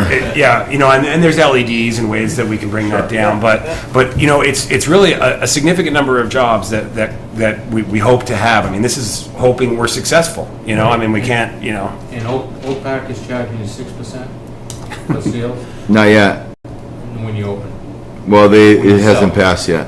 Oh, it hasn't. No. So the Department of Revenue in Massachusetts has decided this is a medicine, and so right now the opinion from the DOR is that there's no sales tax on marijuana for medical use. That not to say that won't change later on, and but that's been their opinion thus far. Right. And that's why I think it's useful to have this further discussion about how we can help the town. And frankly, I don't think money going into the state's coffers does any good anyway. How much does that really help Ayer? Yeah, we need to go right directly Saw our to chapter air. 90 reverse. Yeah, we need to go Chapter 70. directly to air. Yeah. So. Do not stop it, go. But I would love to answer any questions, and would you appreciate an email from us where we sat down and tried to, figure out what we could offer you more than just have a give and take on? I mean, we'll do it any way you want, because Yeah, send everything that you Yeah, I have to think him, Mr. he'll Valerio get it to knows how it us. has to work, but yes. Yes. And then, Okay, he'll have the contact information, so if any of us have a question, we can contact you. absolutely. I would like one of the paper copies. I changed my mind because Absolutely. it's easier for me to read. Well, here, let's- You want mine too? You can Curl have up on the Let's give couch out- than it let's is give the out three. tablet. Thank you. And then I have one, And we're going to, Mr. Pompran. Here, you got one? Yep. I brought enough for Oh, everybody. funny, ha ha. Okay, and then, so we're Here, gonna you have my card. Could you pass it table over for me, this please? Thank you until very much. October 6th. Is that what we agreed to, guys? I mean, 6, I mean, I told you. our next meeting. No, Our one next after that. 20. No, 20. You want to table it? Well, I mean, you make a valid point, and again, But to get some opinions of But it. not to hold you up, and nor do I want to slow the process Yeah. down for you, because the last time that people came in here, it was, That was, they wanted it that night. they wanted it that night, it had to be that night, and it was. Right. We're not doing The meeting that. started out bad before we even got to that point, so it didn't Is go there, well. is there any other information about myself or our group that we could provide to you, like other background or? For me, I can't For all of think you. right this second, but, check me Okay, at 1 there's a lot. o'clock and I might figure out. There's a lot. Brad's a lot. He's, I'm the leader probably in the industry in Illinois as far Go to as, LinkedIn? you go to LinkedIn. You'll see all our articles and been on TV a lot. Just talking sorry, mostly about Robert. patient education. Robert. Gentlemen, good to see you again. thank you, Mr. Thanks for Pompran. having Through, us. through the board, I think one of the things that may also be helpful, and I'm not saying to put an enormous amount of work or to reinvent the wheel, but you have 2 proposed sites. I know when we met, we talked about 31 Willow, which the board does have some level of familiarity because that seemed to be a popular spot in building during some of these other versions. And I know that you also have a land site at 99 Fitchburg Road. Through the board, and maybe you could transmit that, two things. One is for the general public perhaps, what the daily, day-to-day operation of, quote, your cultivation facility would look like. In other words, we hear cultivation facility, what does that mean at these 2 locations in terms of traffic, in terms of activity, and so forth? And secondly, maybe just a general sketch of what you envision at these 2 sites. If I'm sure, I don't know if you're looking at one or if you're looking at both, or maybe that's still all on the table. But in my experience, as the board has indicated, as the public in watching tonight and so forth, it's helpful that people and sort of see and get a feel as to what this is going to look like. I know you provided the schematics of the building at 31 Willow and the land shot, but maybe a little bit more as to what that would look like. If I may, Madam Chairman? Yeah. So you mean like, more like a floor plan or a layout, Yeah, almost like a it's site like- plan approval or special permit application, but You like, know what, the more of a, I think personally what he's trying to say, it's not just a floor plan. I mean, we can look at a floor plan, but it's flat, we can't envision it. like a rendering kind of thing of the That would be exterior? awesome. And more of the exterior, I think. I mean, Right. like, what goes Yeah. on, Right, the as long exterior- as it's People secure, would be how you do it interested is how you do to it. know, like, what do you hope for it to look like when we drive by? Okay. Because that gives people a level of comfort. Well, for the one that has the existing building, you know, that's what it would look like. I would presumably there would be some perimeter security around it though. Right. So that it would be secure, and then parking lot, but we can. Landscaping, you know, aesthetically. Landscaping, aesthetics, you know, Yeah. in Quincy, we did this beautiful ephes on the outside of the building where, you know, for insulation and everything, where it's just the building, we just turned the whole thing around. It looks fantastic there. So, And that's And important. We could do that. one thing Yeah, just we to can add, do just that. For the public, in case they have not read the packet, it's just like the current facility, there is no big sign saying, hey, looky here what we got. No. Zero It's- signage. Yeah, it's, you know. Well, it's not a authorized dispensary. personnel, It's basically a There probably secure will be one building there where when everyone he's- would end up driving by The- and going, ooh, what goes on in there? Oh, they're not allowed at all. No, Well- there's Minimal. no neon signs, nothing to indicate, look, it's over Flashing. here, exactly. It's just a very quiet, unassuming. we have no desire to invite the public to our location. So there's no retail component whatsoever. Right. So our employees will know where we are, and that's all we need, you know, so we'll have So again, absolutely. you're just growing it. Yeah, we're just growing it and producing it. We're not going to have any. So, Just yeah, employees. To take to another, To like take- a dispensary that would then dispense it. Right. That's right. So you're just growing. That's right. Okay, so it's a big nursery, you could say. Essentially, it's you know, it's either, you know, there's some argument that it's 40A, you know, Section 3 exception, you know, it's agricultural exception. I don't like to go that route because sometimes it kind of could become adversarial with the town, you know, so we don't, you know, but that's the kind of idea. It's just like going to be agriculture there or light industrial with the processing or that kind of thing inside the building. You know, no customers there at all. So the traffic impact is minimal because you're not going to have patients coming and going on a, you know, on an hourly Small basis. trucks. Yes. Delivery, we're not talking. Vans. Vans. Yeah. So, and I guess in a nutshell, if this is a pharmaceutical company, you know, you can look at it that way, or another type of company. Absolutely. We don't know, I don't know what half these companies do in town. You know what I mean? I drive by, know what the name is, I don't know what they do in there. That's true. It's But it's it's new. biotech kind of, you know. Yeah, but it's what new, it is. and it's the tax exempt type thing. I mean, obviously, this is new to us. Yeah. And we've But- been really thrown into the fire probably more than any community, based on our size, so. But just to reiterate, we are not looking for any tax exempt status. We can't get it right now, even if we wanted to, but we're willing to commit that even if we could, we'll continue paying property tax. So you'll be able to rely on that role. You'll be able to rely, you know, on anything else we work on as part of your budgeting annually. I mean, we're not going to ever, that's just, we'll commit to that, absolutely, so. All right. Well, I mean, personally, I think we can table this till October 6th, but, That's when Mr. Hillier's coming. oh, that's right. So, well, it would be after he talked, so.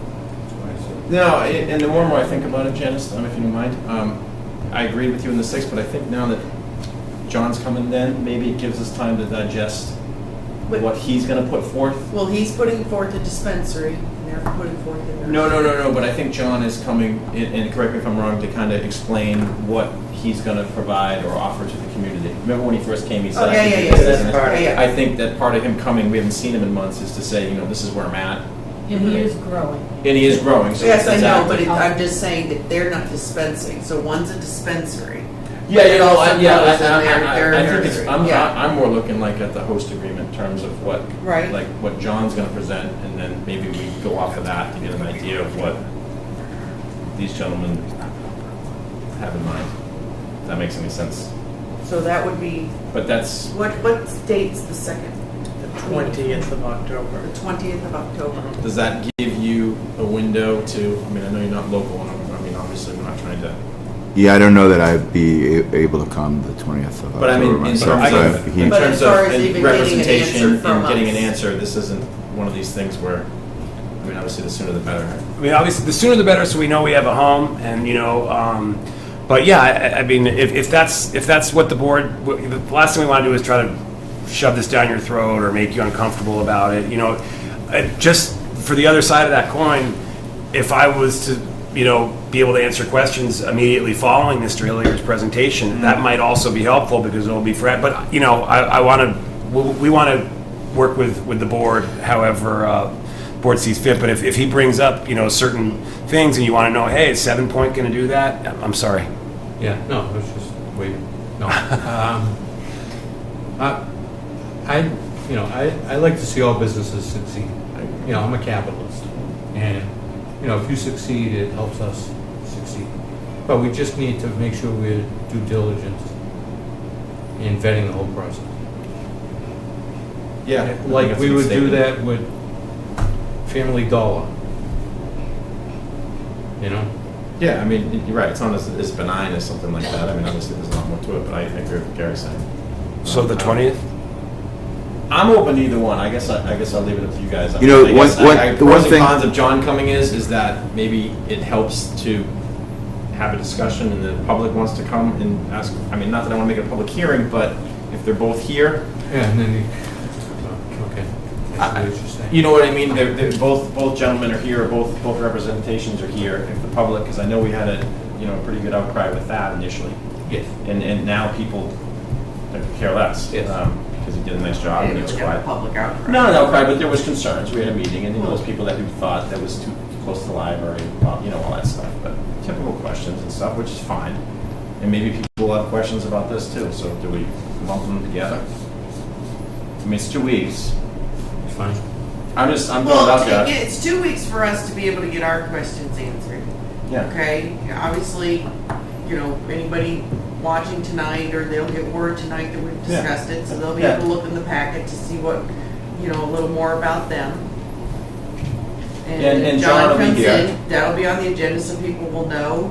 Obviously, you're indicating that you'd be in the room to maybe answer questions. I mean, there's the possibility, it is within the realm of possibility that we would be able to make some type of decision in regards to you that night. Yeah, I assume that I go back and forth. I'm sorry I'm waffling, but I think the 6th might make more sense seeing that we already have it on the agenda with John. Fine. And it's 3 weeks instead of 2. Oh, that's right, too, again. Oh, that's right. Yeah. That's even better. Why's that? Because I it's don't- to the first Tuesday, it's 3 weeks. Oh, the schedule. Oh, yeah. We're just getting off our summer hours. Oh, okay. So, with all goes well, Good call, I think. on October 6th, hopefully this board will be able to form some type of a decision. If not, it'll be on October 20th. Okay. Okay, but I think that, I'm not going to be rushed, so That's, No one's going to rush you. no. We want to be respectful of the process that you guys need to deal with because it's new stuff for everybody. But keeping in mind that if you have questions, you have my card now, and And we will. if anything comes up. And also, I just want to put out there that if you decide that you want to move forward with 7 Point in the process and to give us a letter of non-opposition or support, and you haven't fully decided what you want from us, and we haven't formalized something at that time, we're committed to working with you, and we are an hour and a half plane flight from here. So we could come in and talk to you face-to-face anytime, whether it's before October 6th or after October 6th. There's still this process that the state needs to go through to review us, and so everything is still out in the open, even though Ayer may have decided and we may have decided that we want to work together, the state still has to Correct. weigh in on that. So there's still time. and just with Mr. Hillier, he's coming in to discuss sort of community benefits, I guess, on the every single one of the letters of support or non-opposition that I've gotten all across the Commonwealth have all come before that discussion was had or finalized or anything. Not one of them did we sit down and hammer that out because, frankly, that'd be kind of like a pay to play sort of thing, and it makes everybody a little uncomfortable. Yeah, that's what we're doing with John too. John just kind of threw out some ideas. And it'll be interesting for us to listen to him. Yeah. too. Yeah. And we have, and it's really, we want to be a responsible corporate citizen. We think that we're going to have, good revenue. It's a nonprofit. We can't just give it back to our shareholders, but we can give it to the town. And that's what we want to be able to work. Yeah.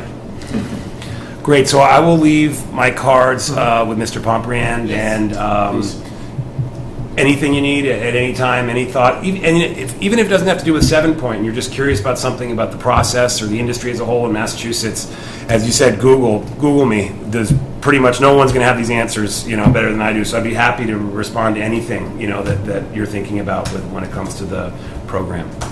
Is the split that you have to, at the end of the year, when you do all your finances, is it like 50% goes back into the company? 50% goes to education or something? There's no requirement like that. There isn't? No, so a nonprofit in Massachusetts, it's just, this is what I was saying about the voters just threw that in to get more votes.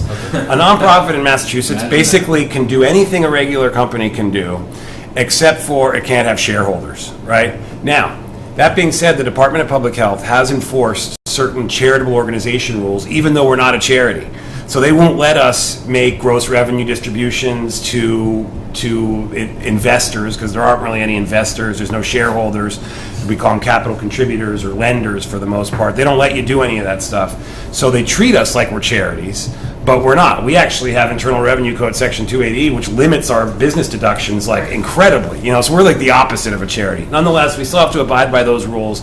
So it puts us in a position to work better with different municipalities. Okay. Well, thank you very much. Thank you, George. John. Thank you. Okay. Thank you very much. We're very happy to be here. And, Thanks for having us. Yes, we'll see Thank you you. on the 6th. Well, watching Ayer, you guys work tonight. It's sort of a breath of fresh air compared to some of the towns that I've been in. You should have been here in November of 2014. We're a fun group. Because it was a lot different than it was. But yeah, we work well together. All right. It's nice to meet you all. Thanks. Thank you. Yeah. Have a safe flight back. Thanks. Pleasure. Thank you. I have a couple more copies if you think anyone else will want them. Take Yeah, them. sure. Yeah, Okay. yeah. Sure. Thank you, sir. Of course. Take care. Thank you. Could you stick with number 1 Yep. and work this? Yep. Yeah. Thought that might have just got you to vote right away. It's law. It's in. Seriously, I mean, no, but it's school. Mr. Vice Chairman, I'll start with The way the, he's thinking of that. I'll start with the administrative update while waiting for the chair. You have the update in your packet, just a couple of quick highlights. The Town Hall carpet replacement project is almost complete with just the town clerk's office been here, so to be done on the 25th. So if you take a look around, all of the offices blend into the common areas, and it was really a great project. Was your hallway done between your office and It's going to be done. It has the 1871 boards Are we right going now. to be removing I have the file cabinets that I suggested? as opposed to the cut around. The cut So around? Is that going to be, that request has been put in, so. okay, so I just didn't know if I needed to formally make that, because that just Yeah. was So that'll probably be the last piece of the whole okay, project. all right, just, yeah, So- cut around's not working for me. But it's been a great project for the building. In terms of the special town meeting warrant, I will transmit to the board by Friday a draft of that warrant. As the board is aware, the deadline for warrant articles is September 25th, including citizens petitions. The warrant is starting to shape up to be a little more lengthy than last fall's, which was just 4 articles. So far, this is all subject to Board of Selectmen approval, but if the non-union compensation plan would constitute 2 articles, as mentioned. The TADS grant, that's that Teen Anxiety and Depression School Grant Program. This is the second year that's... Refunded? Yeah, this is for the second year of that. Spring? Pardon? Last year. Fall? Yeah. And then I think moving forward, because it's a great program moving forward, that would get scheduled to be part of the annual town meeting, but it's scheduled for the fall. The regional school district has made a request for an article to establish a stabilization fund, and it's just to establish the fund, not for monetary contributions from the respective towns, but Mass General Law requires both town meetings of the district to authorize the creation of it. As the board's aware, there will be some street acceptances. The planning board is taking those up on October 1st. They're going to have a meeting. They'll come back here on the 6th, meeting the street acceptances, for consideration on the warrant. Superintendent Wetzel is putting forth an article looking to transfer the money collected for the Willows water tank, money that is being collected per unit, to have that transferred towards the project. There's been no issues with that, correct? No, it continues to come in Okay. on the agreement.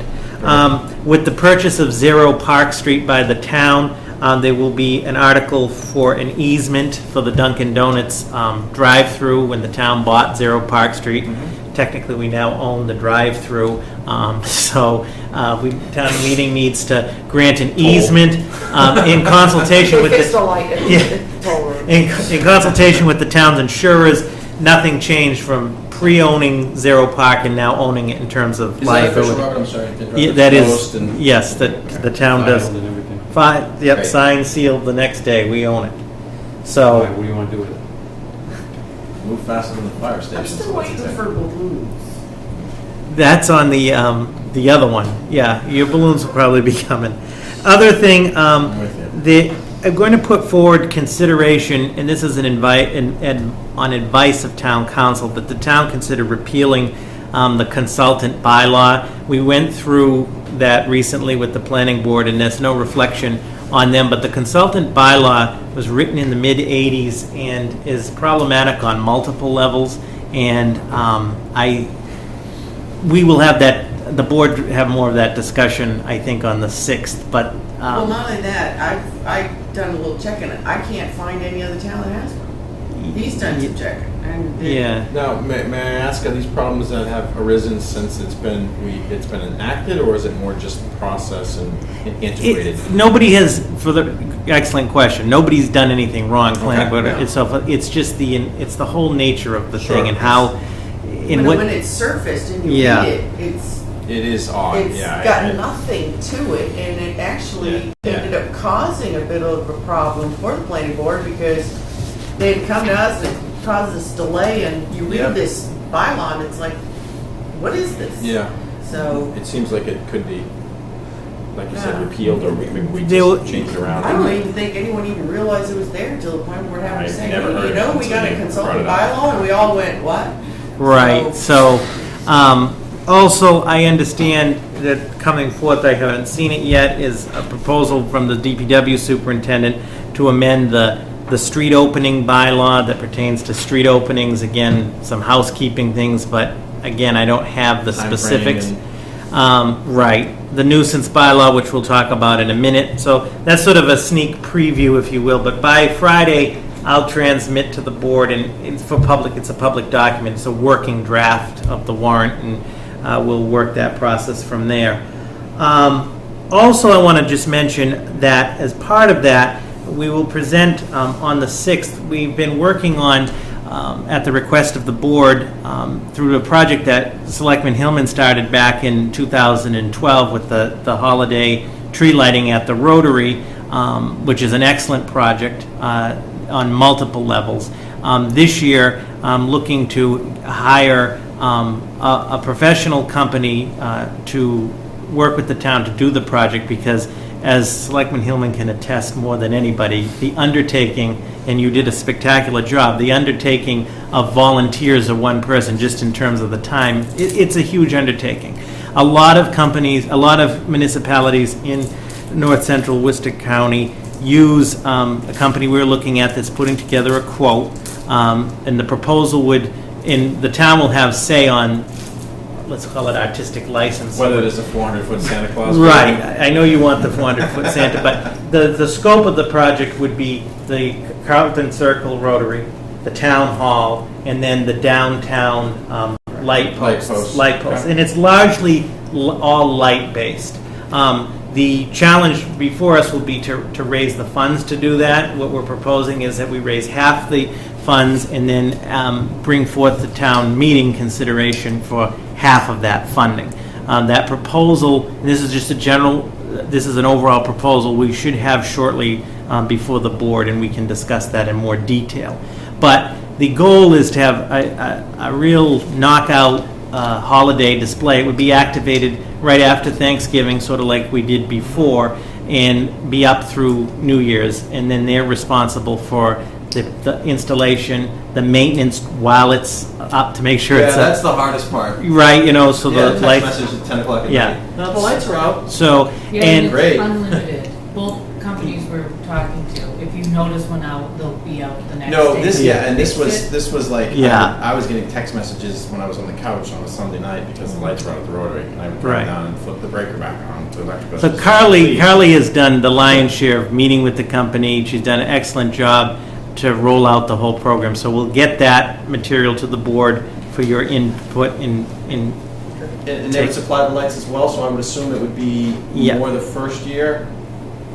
yeah. Then we would move forward. Obviously, like, some of the lights were used several years, and then other time, we use cheap lights, obviously. We basically would be like leasing the lights Yeah. for the season. They store them, they technically own them. I see. And they can upgrade them as necessary, but, yeah, one company we've asked, we're gonna be below the bidding threshold, obviously. But there's only a few companies that really do it. Yeah. So, Yeah. one company, we can enter into a 3-year, it's a better rate. And then they know what we're gonna use the year after. I mean, we can change it, colors and stuff like that. Within push But mouse. we have Yeah. more, they have more predictability what they need. The other company does a 1-year, and they'll be getting us a quote by the end of this week. Yeah. Just to compare. So that's that. And lastly, the Comprehensive Plan Committee's first meeting is on September 29th at 6 p.m. to get that process underway. And the budget process has begun to take shape already. I know it seems like summer, but Capital and FinCom, the Finance Committee is looking at an overhaul to the overall budget process to reduce the number of departmental meetings and really focus on where it needs to meet with follow-up. And Capital is going to be looking at a similar approach. In other words, we know a lot of the pieces, if you will. The goal is to get the feedback. Exactly. So with that, if there are any other questions on the administrative piece, feel free to ask at any time. Capital, mid-October? Yeah, mid-October, and we have a good committee, and we'll be in good shape. Yep. So in terms of action items, number 2 in your packet is a credit card policy. I'm putting forth, over the last several months, at the request of some departments, the need at times for a credit card, largely, for example, the Information Technology Department, the IT Department, a lot of the nature of the things that Cindy has to get at times, it would be helpful to have a credit card to do that. And we want to make it very clear, Ms. Cabri and I take this very seriously, as town council does, that the credit card, number one, in no way is being used to subvert the central warrant process, and that won't be tolerated. In other words, where invoices, billing, and so forth can be done, that's expected. This is for emergency situations or those unique situations that do happen on occasion with vendors where a credit card would be warranted. We are going to monitor this very closely. It all falls to myself and Ms. Cabri. If there are any issues with this or any deviations from this, we'll just shut it right down. It's going to be very limited in terms of who has access to the credit cards. As you can see, DPW, meaning the DPW superintendent, will have one, IT will have one, the fire chief, the police chief, and I guess you could say myself. I don't see myself using that. And these department heads, I have the utmost faith in that will use it according to the policy and very limited. In any infraction on that, I'm really giving it a 6 to 12 month trial balloon. If there are any issues, I'll be coming to you for revocation of the policy. And we've had a lot of, we've discussed this all summer, and the policy you have before you is a very stringent one. It's been reviewed by town council also, for the record. They're seeing more and more communities are looking to use credit cards, and we are cautiously optimistic that we have the best system. Hang on. Well, I noticed you kept looking over there, so I just, Oh. He lost me a while ago. I was out in space. Well, I just want you to know, I read this, and I do have a couple of Okay? possible recommendations, Yep. all right? So, in any policy, you're writing the policy for today and for the future. Mm-hmm. Okay, so I know you said you want to give it at least, 6 to 12 month trial period. Mm-hmm. But whatever gets written today, hopefully will carry forward to the future. And having written a lot of SOPs and policies in my lifetime, there are certain things that I pick up on that I throw out. So on page 2 of your draft policy, paragraph B, the very last sentence. And the full sentence is, use of credit cards for personal purchases or expenses with the intention of reimbursing the town is prohibited and may result in disciplinary action. My recommendation would be change the may to will. I have no problem with that, Selectman Livingston. That's a good point. Okay. Yeah. Paragraph 2I. All cardholders should take all measures to all cardholders shall. It's very important because the shall is the word that's saying it will be done. Should is just saying, well, maybe tomorrow I'll do it. Okay? Paragraph 2J. Yep. Where it says may result in loss of credit card privileges, will result. The idea is to not to scare anybody when they're looking at this policy, but to make sure they pick up on the fact that no one's kidding about the policy. Yep. Paragraph 2N. To cardholders should wait a minute, let me make sure that's the right paragraph. Yes, where it says the cardholder should review the next statement, should say cardholder shall review the next statement, or will review. Yeah. Yep. Yeah, I put will. I put will in my notes. Will review it. Again, making sure everyone knows, no, we mean it. You actually have to do it. Right? And then paragraph 2Q, Q, where it says, my note here. Okay, sales tax should not be included. To sales tax shall not be included.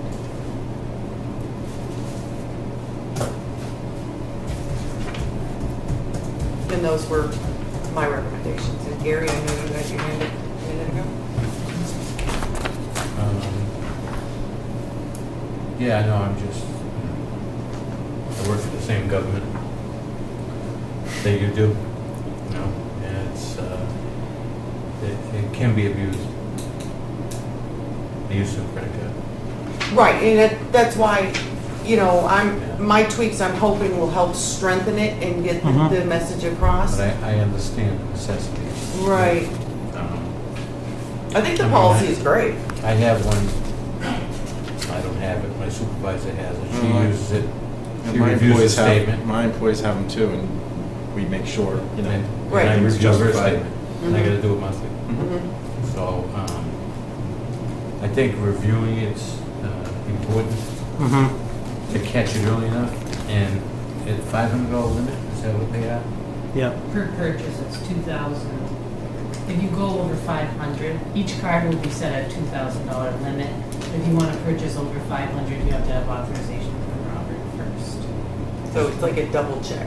Yeah, and the statements, it was kind of unclear, but we definitely nailed it down that the statement is going to Lisa. I was gonna say, have you met our town accountant? I don't And think we're gonna be you have to having have the much receipts into her issues. Within, within a week of purchase, so she can reconcile everything she And- needs to.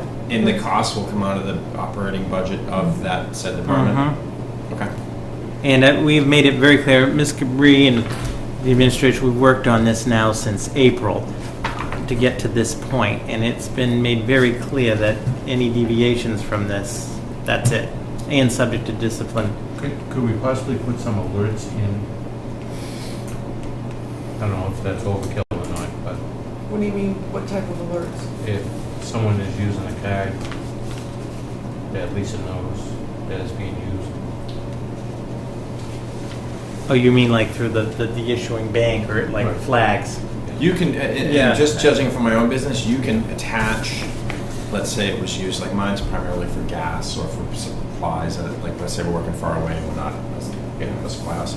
But if it's used too many times in a day, for smaller stuff, I'm alerted, email. Your card's been used your employee card's been used 3 times today. It's always legitimate. Yeah. But it's a good, and you can set that up based on whatever card you choose, I'm pretty sure, so that's not a bad idea.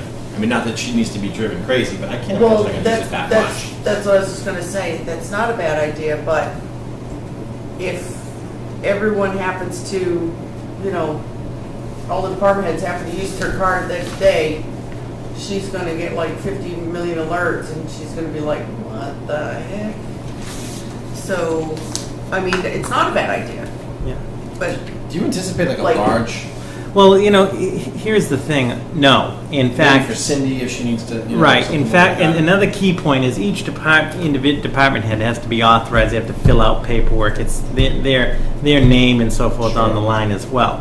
But honestly, again, as it says in the purpose, as you've read, it's to sort of enhance productivity or efficiency, but specifically not to subvert the central warrant process, number one, and number two, it should be used very sparingly. I mean, in my 5 years here, I can think of one instance, with the exception of since IT has come into being, and that's when the Department of Public Works had to buy these lamps from Germany, if you remember, and we had to convert.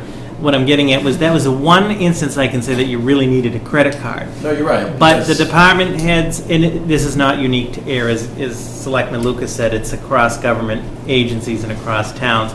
So we are going to try it. I mean, with your approval of the policy, we'll do a 6-month review and a 12-month review. And if there are any problems, both the town accountant and I are on the same page of just shutting it down, we'd report back to you and have the policy revoked. Yeah, I mean, obviously, I don't think we're gonna be seeing Veronas showing up. And, No, right, stuff right. like I that. have, yeah. And, the if we holiday did, it party. should be on Board of Selectmen night. Yeah, exactly. And So- most department heads actually don't even want one, it's just a few No, select. and you're right, and Yeah. but it's for that occasional Yeah. thing that comes up. It could be during a snowstorm or something. Right. And maybe the company they use all the time doesn't have it, and they gotta, I don't know, but I don't have a problem with it. I don't have any issues with your amendment to it either. No, I don't need, yeah. Do we want to make a motion? I'll do it. I'm not gonna get laughed at, so go ahead. No. You confused yourself. That's why I was laughing. you I will make a motion to approve the credit card policy set forth and spelled out by the town administrator for a trial of 6 months, or With a 6-month review and a 6-month 12-month. review and a 12-month review, with the edits presented by Selectman Livingston. Second. Motion's been made and seconded, all in favor? Aye. Chair says aye, congratulations. Thank you. Good work. Thank you. The next item, if there is an objection, I'd ask Mr. Johnston to come to the table, Benefits and Payroll Manager. Under amendment, we would like to put forth for your consideration of approval a volunteer policy, and through the chair, I'd like to have Kevin. Having to come up talking about the bylaw, I'm like, what? Yeah. Have Kevin just give an overview of the volunteer policy, and just to clarify, we currently have the town of Ayer, we have full-time employees, part-time employees, seasonal employees, we have the senior tax work-off program, but we also have a lot of volunteers, and we're moving towards, and I've asked Kevin to move the town towards best practices in terms of making sure we're fully covered and so forth. We really should have in place a policy to cover volunteers, specifically including liability and so forth. So with that, Selectman Livingston, Kevin, just give a brief overview of what we presented for your consideration. Good evening. Good evening. Thank you. Thank you for staying so long. It's my pleasure. Thank you. Windy tonight. So, for the benefit of the board, as Robert just spoke about, we're trying to codify things that we have in place and that we'd like to take advantage of going forward. And as it would be, this summer, a resident came forward offering to volunteer to help in one of the departments. Unfortunately, that particular instance didn't come to fruition, but subsequent to that, Robert asked that we put together what's before you tonight. So the packet consists of a policy, an application, and a whole harmless agreement that was provided by town council. Those are the three documents that are prepared to get this program documented and off the ground here in Ayer. So what we would like you to do tonight, if you would consider, to approve the policy, to let us go forward and take advantage of other opportunities that may present themselves without having to question this or ask about that. And we think the packet is complete, at least in its initial phase, and with the understanding that all of these are a bit evolutionary in their process. So I'm sure that as we move through this, should it be approved, there'll be opportunity to improve on the policy and the documents supporting it going forward. Just a couple of questions. I know we talked about this in the past, and I believe Robert's talked to you about it with Dr. Malone. Are we including community service? I mean, or is that separate? Because I know we talked about that with some of the kids at the school doing service, throughout the town to fulfill their requirements. Right. If it's students, excuse me, through the district under the community service requirement, it's covered under their program. Okay. So So we'd be providing the work, but it would be Right. covered under them. Okay. good. Exactly. Thank you for clarifying A similar thing to this that Yeah. the district has. And, Yeah, and, correct. and something I'd like to look on acting on Mhm. this year. I know we've discussed it. The second is insurance-wise. I'm assuming we are absolved from. Right, hence the hold harmless. Yeah, I just wanted to Yep, get that, right. And this publicly was ask that. provided by town council as Okay. well. So then that's the thing, we've had, and we love volunteers, I mean, they're the lifeblood of what we do. We just want to make sure all the i's are dotted and t's are crossed, and hence that's the intent of this. And we're looking at this across the board, sexual harassment, Corey, to really modernize, standardize the best practices Well, it's a that good we idea. should have in place for a 21st century, $21 million municipal. But it's a good idea in, Yeah. in an emergency as well. I mean, Right. obviously to have Yes. vetted people that can help if there's a hurricane or a flood or whatever. But to have that. You're more than somebody. I am. Take my medicine tonight also. Given the difficulty that the town faces with finding people to sit on boards and commissions and such, it's nice to capture any opportunity that we can to get somebody involved in Good government. point. Yep. Looks good to me. Here? Make a motion to approve the town of Ayer volunteer program policies outlined by the town administrator. Second. Motion has been made and seconded. All in favor? Aye. Chair says aye. Congratulations. Thank you. And you guys Thank will you. tweet this and get it out on the Yep. Facebook, and Cindy will get it out on the. We'll do just that. We'll finalize the documents tomorrow and get that all done. All right. Thank Thank you. you. Thank you. Thanks, Kevin. The next item, as amended under the agreement, under my report, as the USDA loan and grant program. And we just found out this morning, so as the board is aware, the town, through capital planning, Excuse me. Can I just ask, Yeah. what happened to the nuisance bylaw discussion? Oh, I'm sorry, I was going to come to that one last. Oh, Is that okay? well, it just it threw me off because Okay. you didn't say it. Oh, okay. All right, continue. Yeah, so, per capital planning, this board town meeting's commitment to update the infrastructure, including the streetscape of East Main Street. In moving forward with that, the town has an opportunity through the USDA. We have been approved for funding.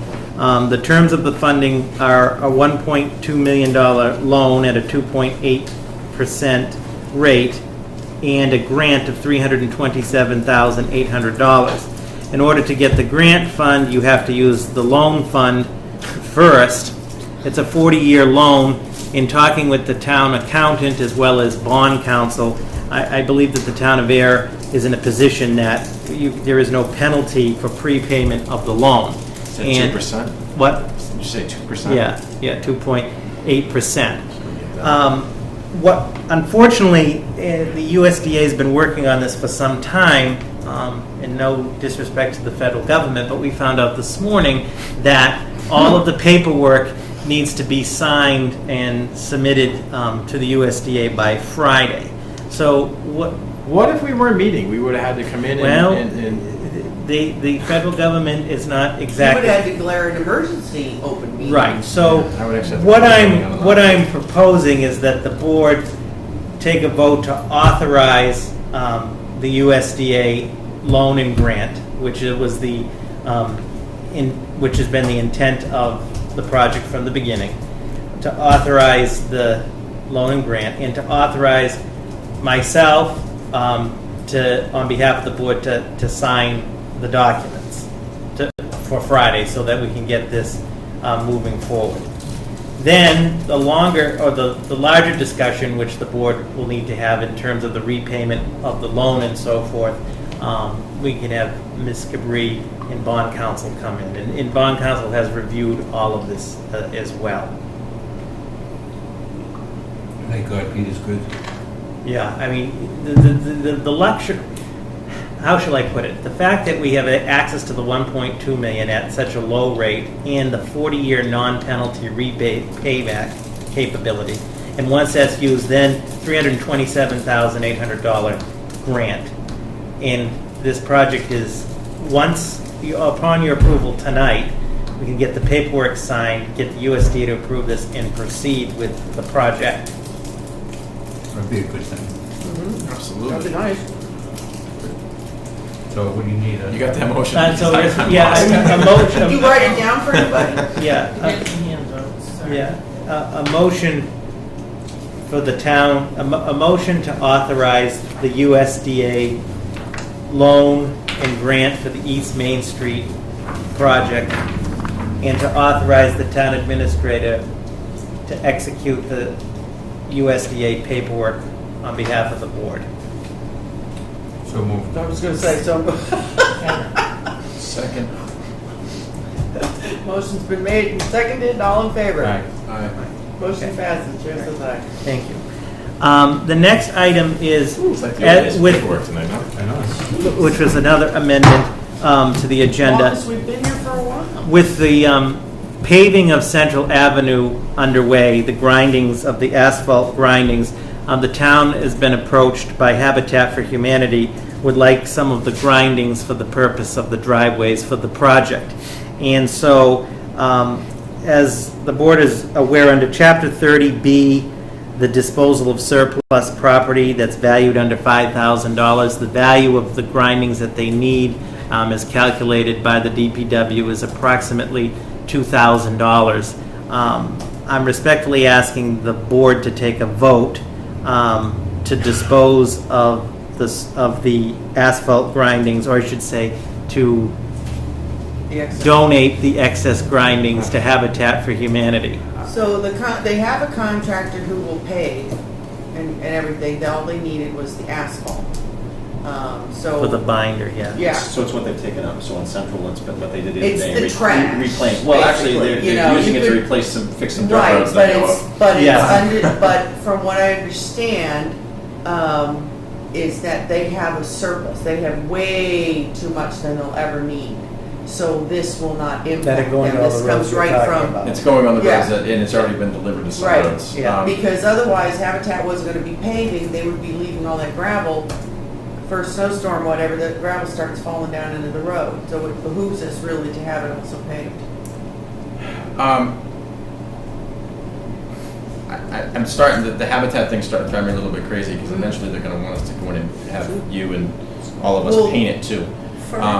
What else are we gonna give them? Are we gonna haul it and deliver it and provide anything else? Do they want us to provide some landscape trees when we're all done too?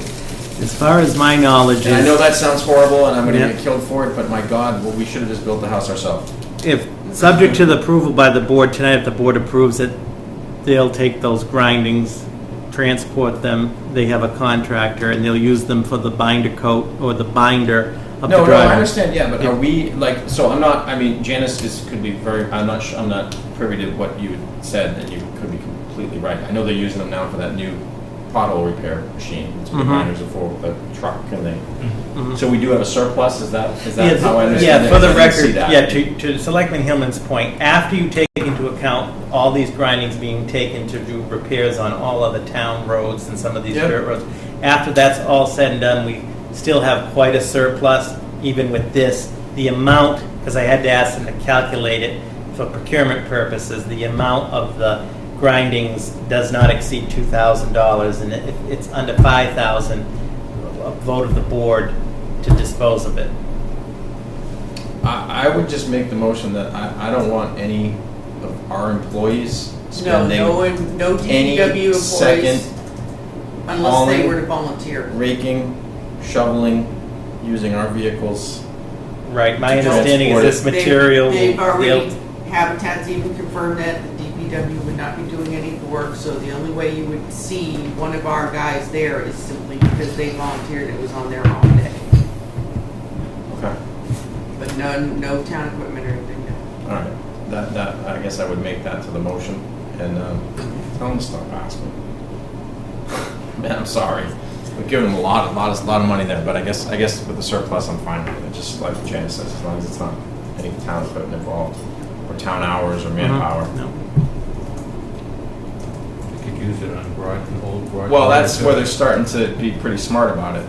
Realize that if you put it down and put some calcium down, you can use it on the dirt roads. Yeah. So I'm just wondering down the Put some road. kerosene on it, hardens up good. Yeah, and that's not a huge driveway over there, so I'm not, Yeah. but. So make a motion?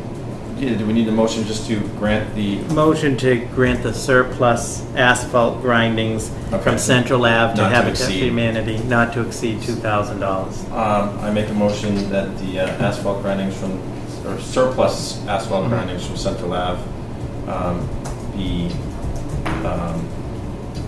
transferred to Habitat for Humanity to not to exceed the estimated cost of $2,000, and also that no town employee or vehicle or equipment will be used in the process of this, or in the transfer of this, or use of it.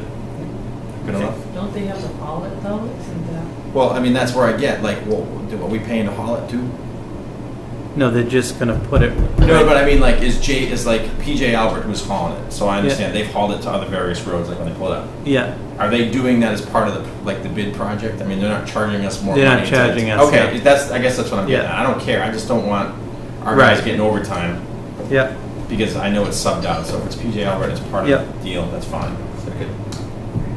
Motion's been made and seconded, all in favor? Aye. Chair says aye. Motion passes. And then finally, thank you, finally, you have in your packet the most updated sort of working revision of the nuisance bylaw, which the board had been talking about bringing forth at the fall town meeting for consideration. And let me just pull that up. We've taken, in the copy that is in the packet, I took the suggestions of the various boards and department heads related and revised the draft policy, taking those into account. And in the margin, you can see, you know, the changes, whether they were because of the police chief or so forth. And bear with me one I second. looked it over. It's pretty good. Hang on one second, I'm sorry. Go by page to the top. Let us know when you're there. Okay, yeah. Yeah, I mean, So- I like the changes that Gabe made where Yeah. you started So, to get to. yeah, so for I think example, it looks good. a little we crazy. removed a lot of, the Framingham bylaw got really into the weeds in some areas, a lot, like basically, as you see, if you didn't paint your house, et cetera, et cetera. So you can see the changes from the building commissioner in there, We expanded in terms of the enforcement of the original bylaw was just had the building commissioner. This proposed one has the building commissioner and the police department, and it makes Board of reference. Health, yeah. Then makes reference to the Board of Health where it's the sanitary code or Board of Health, specifically to health related, it falls to the Board of Health anyway, but it clarifies that. We removed the abandoned vehicles from this because the town already has an abandoned vehicle bylaw, and found that just gets Keep that separate, yeah. too confusing. We got rid of terminology pertaining to dilapidated property because the term dilapidated was just too vague. I mean, again, trying to, also where it talked about vegetation, overgrowth vegetation, I mean, the point was made, so say your lawn gets ahead of you, it's trying to strike that balance that we change it so it's vegetation that affects the line of sight or public access. Good call. It also, we added to make sure that it talked about any nuisance in a public way, meaning sidewalk, private or public way for the police's purposes, whether it's the snow and ice bylaw or anything blocking roads. And so, again,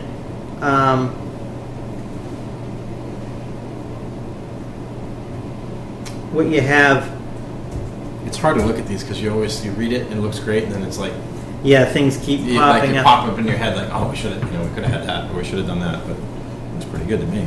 Well, it's better than I did. Yeah. If your horse and buggy is parked in the road, then it's about what it was. Yeah. So, I like it. I agree with I mean, the changes. Robert, in your meetings, I'm assuming you met with Gabe and Chief Murray and Pedrazi and Mark. They were in agreement, and Charlie. They all Yeah. seem to. I mean, at the end, in talking with town council too, at the end of the day, if you take our current nuisance bylaw is very, very vague in how it's worded.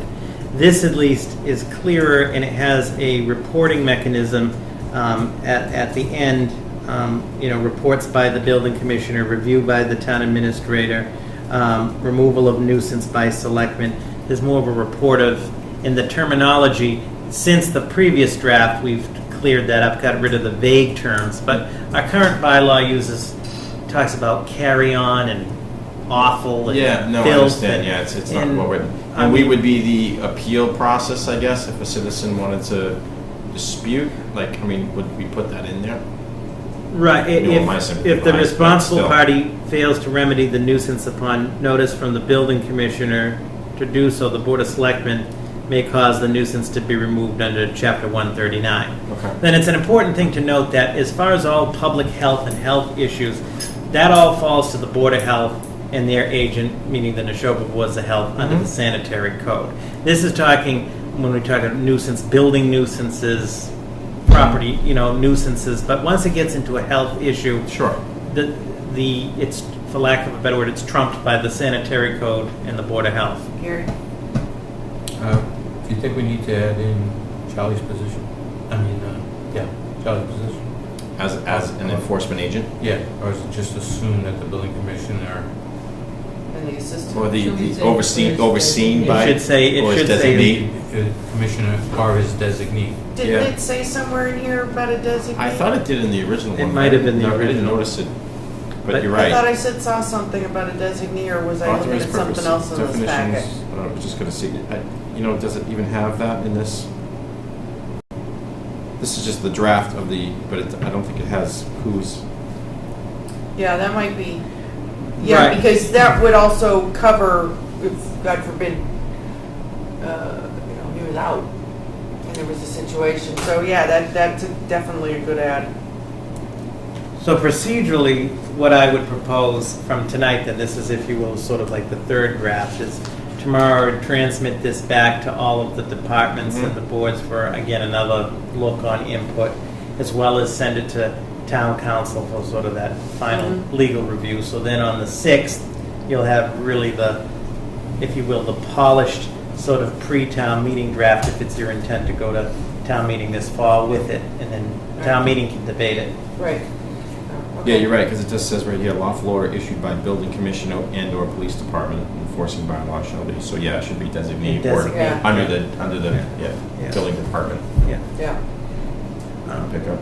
But I also, what I think is key to it too, is this clarifies, if you will, the responsibilities, though it's the nuisance bylaw, but if you refer to this nuisance bylaw, you see, for example, all of the health issues, because that's been a sort of, for some, a gray area, meaning the public, meaning the nuisance bylaw is sort of like, It's black and white now. This is Right, the, in other this words, is the so, law, okay, if it's health issue, sanitary code, health issue, board of health, new, you know, and of course, we all work together on to some extent, so. In the, just to add with the zoning board hat on, if issued a violation or made a finding, the zoning board of appeals would be, I know you had just asked. Yeah, no, I was just curious. Would Yeah. a citizen come to yeah, okay, so that's better than go to the zoning board of appeals. Okay. Because, I mean, any finding any issues now, that's where it would go. Sure. If they. No, that makes sense. And I would encourage them to follow this, obviously. This is updated now, so I mean, there's no gray area anymore, because there Right. has been. Right. Right. Okay. Yeah, Looks good good. for me. So for Add in next that steps, I'll change send and- it to everybody for. Do you want to make a motion Yeah. now, or to approve this, or we don't? No, we're gonna- that's- Yeah, it's going to. Oh, yeah, warrant. sorry, Yeah, right, he's for the gonna- warrant, all right, So, got it. yeah, you already. All told us. departments will Got get it. another take at it, including town council. Yep. On the 6th, you'll have the, Right. Sounds good. Yeah. That's good. Don't make me repeat that a third time. and then lastly, I don't know if I transmitted this to the board, but the free cash policy, the finance committee is taking up at their next meeting, and then we'll bring that forth. I don't know if I had transmitted I that think anyway, so Well, I just. I don't know. Yeah, we wanted them to meet. But that concludes my All right. report. Thank you. Thank you for your support. Did you throw my Are we done? amendment under there? All right, Gary, are you good under your new business selectmen's questions? Oh, no, I got one thing. Okay. I had my 8th grandchild Really? last Thursday, Sarah Reagan. It's a great name, Oh, Sarah. nice. It's my little I girl's got a name. Sarah and a Cole. Yeah, there you go. Great names. Good. Congratulations. Everything's healthy, Congratulations. everybody's healthy, and that's number 8. California? All right. No, Oh, in Cambridge. Yeah.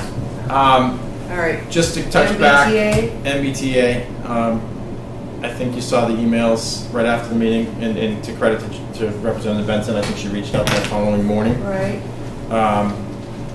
Mr. Boyle's response was stern and to the point, that what was stated at this meeting and was told to other people was not correct, about Mr. Pastor and Mr. Berry. I think Gary's had some just offhand conversations, I've had conversations with Mr. Pastor. I'm not disagreeing with Mr. Boyle, but now 2 weeks has gone by. I sent an email on Friday, and not a missile, it was just a, this is what needs to get done in order for these gentlemen to proceed with the project. It's very simple. They basically, as we stated, they want it delineated. They want a surveyor to come out and lay the lines out. We're talking minimal money here. And for some reason, the MBTA cannot seem to, well, now they don't respond to us. It was for a while good, maybe that's probably my fault. I tend to get under people's skins after a while. But in this case, no. I just, Shocking. Shocking that there'd be gambling. at this point, where the MBTA has presented the proposal, correct? They drew it up, they've engineered it. MART is involved in this. MART has funds to do stuff. Why can't we just get, it doesn't have to be that engineering firm. We have the plans, we have the blueprints.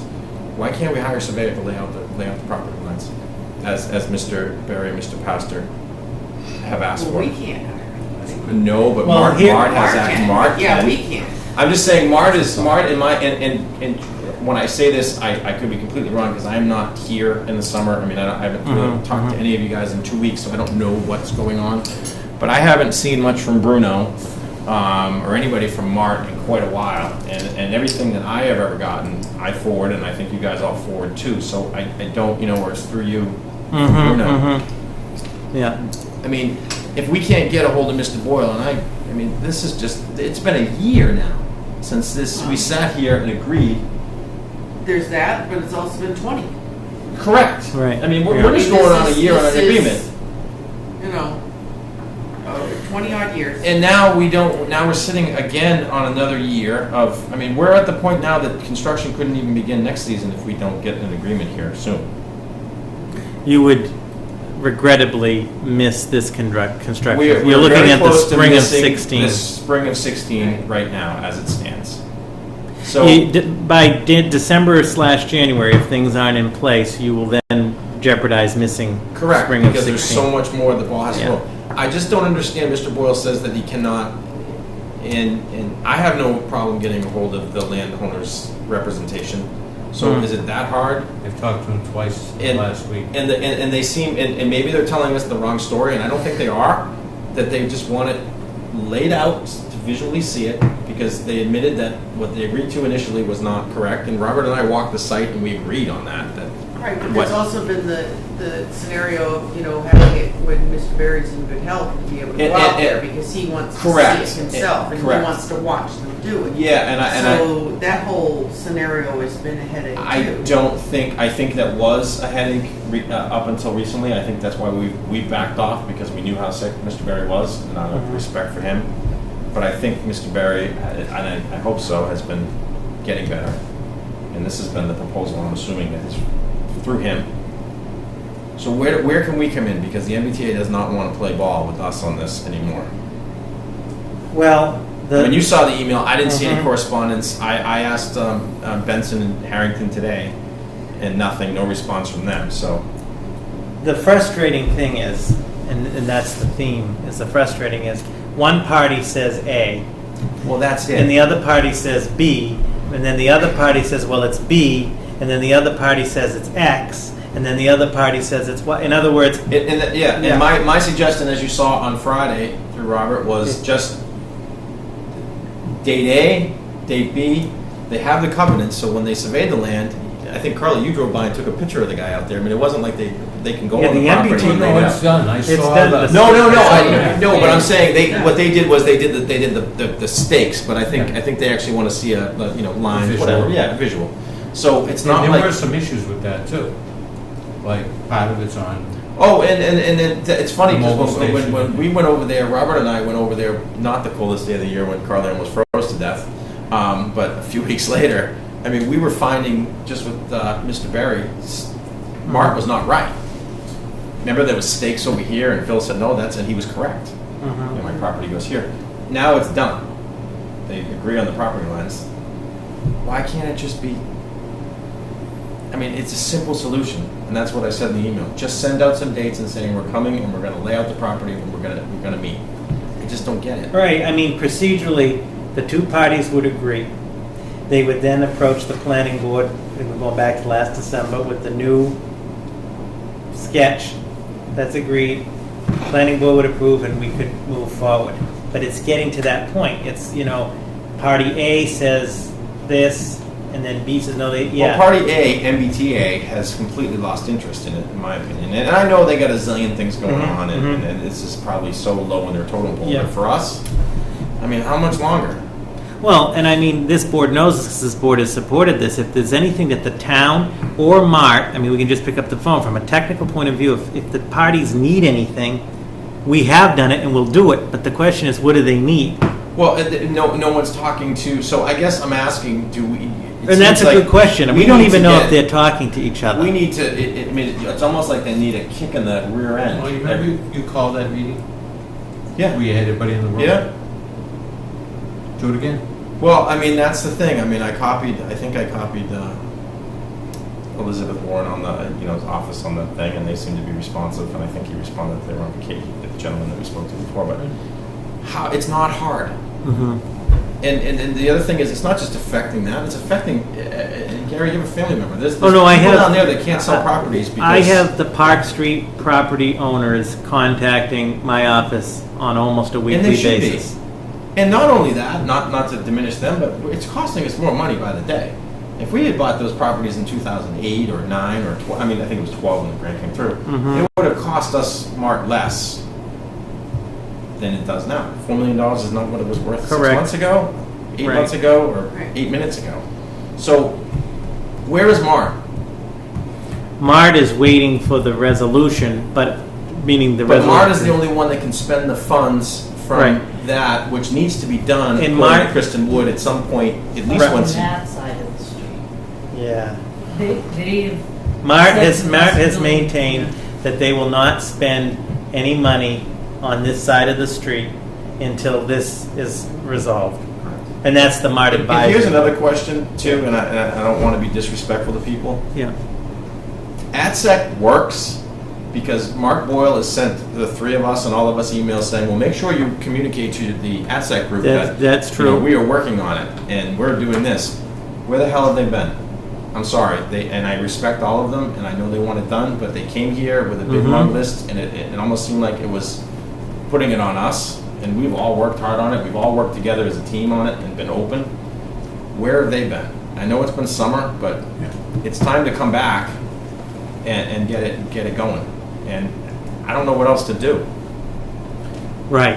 I mean, we send a letter to the governor, he doesn't respond. Strike one. I mean, what else do we? I mean, does it take one of my angry Bombs. 1 o'clock in the morning nuclear bombs to? Because it was benign on Friday. I thought it was poorly written, but I was in a crawl space. Sent out some boring emails last week. I know. Lame. I know. I didn't think I even disappointed. rec- I disappointed. I was so disappointed. I mean, I didn't even recognize the person. I who know, wrote them. I was know, like, sorry. Oh, what was that? That was the There was precursor. no point in That was even the. pressing the send button. That You're was obviously sense that ill. this is gonna get rectified soon. I feel it's said right that for a there. while. The problem I have is Phil's got a couple of problems with the map that need to be straightened out, just small. And it has to go back to MBTA. I don't want to see them sit on it. Well, that's the thing. Like to resolve this, they should be. I mean, they hired an engineer firm. They're a Yes. state agency. We know the engineer firms make a lot of money. VHB, I know. Yeah, you call them and say, I want you out there. If someone called Hilco and said, I need you out there for this job that you already did, I show up within a few days and say, okay, let's do it. So why has that phone call not been made? He claimed that there was no such thing, and I mean, it was a very quick, you all saw it, was Mr. Berry was in an ambulatory state, and that there was no communication, and what it was said was not true. And there's been no follow-up from MBTA. But let's be honest. I mean, do we know when he says that there hasn't been any contact and what it was said was not true? Is it within the realm of possibility that he is not being truthful? That he's trying to backstroke? Well, and that that's maybe what correct. was also what was said by Yeah. that night here was the truth. Well, that's and it, So or vice now versa. Mark Who Boyle's knows? I know. is doing the backstroke. And it's funny- So there's lies the problem too. There's a flurry of emails going back, and quite honestly, we don't know for And we're not sure. privy to them anymore. We're not Right. privy to them, and quite honestly, we don't know with any type of evidence that they are talking to each other or they're not talking to each other. You're right, because the day of the meeting, I called Mr. Pastor just to kind of see if there was anything, and he Right, answered. and he- updated me, and he said, it's funny, you're the third person I spoke to today. I spoke to Sheila Harrington, I spoke to Mark Boyle, and I spoke to yourself. Right. Told me what I told you all at the meeting, and he said and Sheila knew exactly what I was talking about, so she had the same information. And for some reason, that didn't get conveyed to Mr. Boyle. So, in his eyes. Maybe Do he we wasn't call another paying meeting? attention. Do we need to just... Through the chair, the key thing about the next meeting, is just my opinion, the key thing though about the next meeting is that the property owner and his attorney need to be part of that meeting. 'cause And he should have been invited to the first one, and that was our mistake. Right, but you know what I'm saying. In other words, if the property owner's attorney shows up, what's been a reoccurring is that he needs his client, to make. I agree. So, any meeting that doesn't have all of the actual decision makers at the table is just another. Similar meeting. to the meeting we had in October down there, where we had breakfast and we walked the site with engineers, and we were all excited. Not the meeting where Charlie had frostbite and Mr. Barry wasn't even there, I don't believe. He was, you just didn't Yeah, say. he did, And and that was when it we started can put getting contentious. together. But the key thing is we need the decision makers there, meaning the private property owner and Mr. Boyle. So not to put more on our plates or your plates, Yeah. I'm sure I'll get involved. I'll amp it up for it a little bit, sorry for the boringness. You disappointed me. I can never recover. Yeah, but they don't respond anymore. It used to be instantaneous. I mean, I remember you commenting like the fact that how great he was at responding, and I know. Was. Yeah, I mean, to get him out here, I mean, a lot of people said, "How'd you do that?" And now it's, or do we go at Ron Morgan, who has been responsive? Do we go? I mean, do we go knock on Mr. Pastor's door tomorrow? I mean, I guess I don't know, but we have to do something. At the end of the day, Us. right, as you know, at the end of the day, there are only two people that can resolve this. That's Mr. Boyle and Mr. Berry. And we need them to come to an agreement. And the problem is, to facilitate that, we're in the middle of a pissing contest. Excuse my terminology, but that's what it is. It's gotten to It's been a pissing contest it's for gotten to 20, 40 years. And you know, you listen to some of the stories and you go, oh my God, you know, the things that had It's the happened Hatfields and the Boys. 50 I've years said this ago with, before. you know, So- parents and stuff with this stuff. It's amazing. But let's get over it, because the only one that's hurting, it's not hurting the MBTA in any way No, it's hurting the whatsoever. town of Ayer. Yeah. And I honestly believe they don't want it done because they don't want to have to face fixing that platform, in my opinion. No, and Or they want to move it to Devon's. And there are down the issues. road. There are issues with the platform, let alone the ADA issues. If you go down to the platform, we've transmitted this to the MBT on a different Yeah, we transmission. can't even get the fence fixed here. Asphalt, fence, public safety issues. So that's I mean, if we actually had a reporter, I don't think he's sleeping tonight. I don't think he's here at all. No, tonight he didn't But, show up. Scared him off. Not that, but, Want to go lay on the tracks? But you know, Yeah. Selectman Hillman, they don't stop lastly, you until make after, though. you make a key point too, is that the project is even bigger than these entities. In other words, you have private property owners on Park Street that have now weathered 6, 7, 8 years holding off of doing anything with their property, and still paying the taxes and so forth on it. At Well, what the point- land's useless to them. No one's going to come in and buy Right. Lasita and want to open a restaurant because they know that eventually, possibly, the MBTA could come in and say, maybe, but we're taking it. Right. And so and it was sold as, you know, not only that, but it was also sold for for parking for the downtown businesses, for restaurants. Now what do we have, 4 restaurants since this has been approved? Mhm. I mean, you come down here through the weekend, you'd think there was I lost one. the Mexican, Marcos, Lucia's, Keith and the other one Oh, there. yes, yeah. okay, got it. The coffee shop, I mean, it's packed down here. And that was kind of sold as extra parking. My wife can't walk on the bike path because you can't park Mhm. anytime between 6 a.m. and, No, and, it's and 7 true. p.m. Pleasant Street is, Right. so I guess I'm throwing it out there, I'm frustrated. No. So, can we maybe, as a, kind of come up with some, In the event that we could get the actual and key pieces, the actual decision makers together somehow. I don't know. I think that's, I The think I board can do doesn't that. object to that. I'll I have don't you think. edit it first, but No, you, now I need to, yeah, I get, yeah, you'll press it sometimes. and then say, whoops. Okay. You do have a pattern, you know. I know, absolutely, because I get flustered and then I go to hit edit and yeah, anyway. So, well, Robert, if you can come up with something. Yeah. You know, they like you. You're non-confrontational. They like you. Well, But he stopped responding even. Yeah, to me. no, see, the problem is Janice, it was, and maybe it's changed since Beverly Scott has now been nominated by the president to go screw something else up. Well, you're on a roll. I am on a roll, but when she was there, it was all about persona, and he kept saying, make sure that you let everybody know that Miss Scott was the one who worked with the ADA to make sure that this was all conforming, and we know that was a line of BS. I think you've gone off on a tangent. I have, and I'm angry, and I just, We need the MBTA, Mart, and Mr. Berry to sit down and hash it out. And we need to them get in them. the same room together at the same time. Close the doors. Nobody comes out until you've worked it out. And the thing is, Mr. Berry and Mr. Pastor are accessible.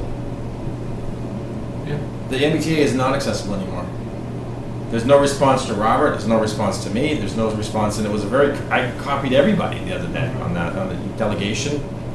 Well, one of them said that we're lucky to have somebody in that high level in the MBTA helping us.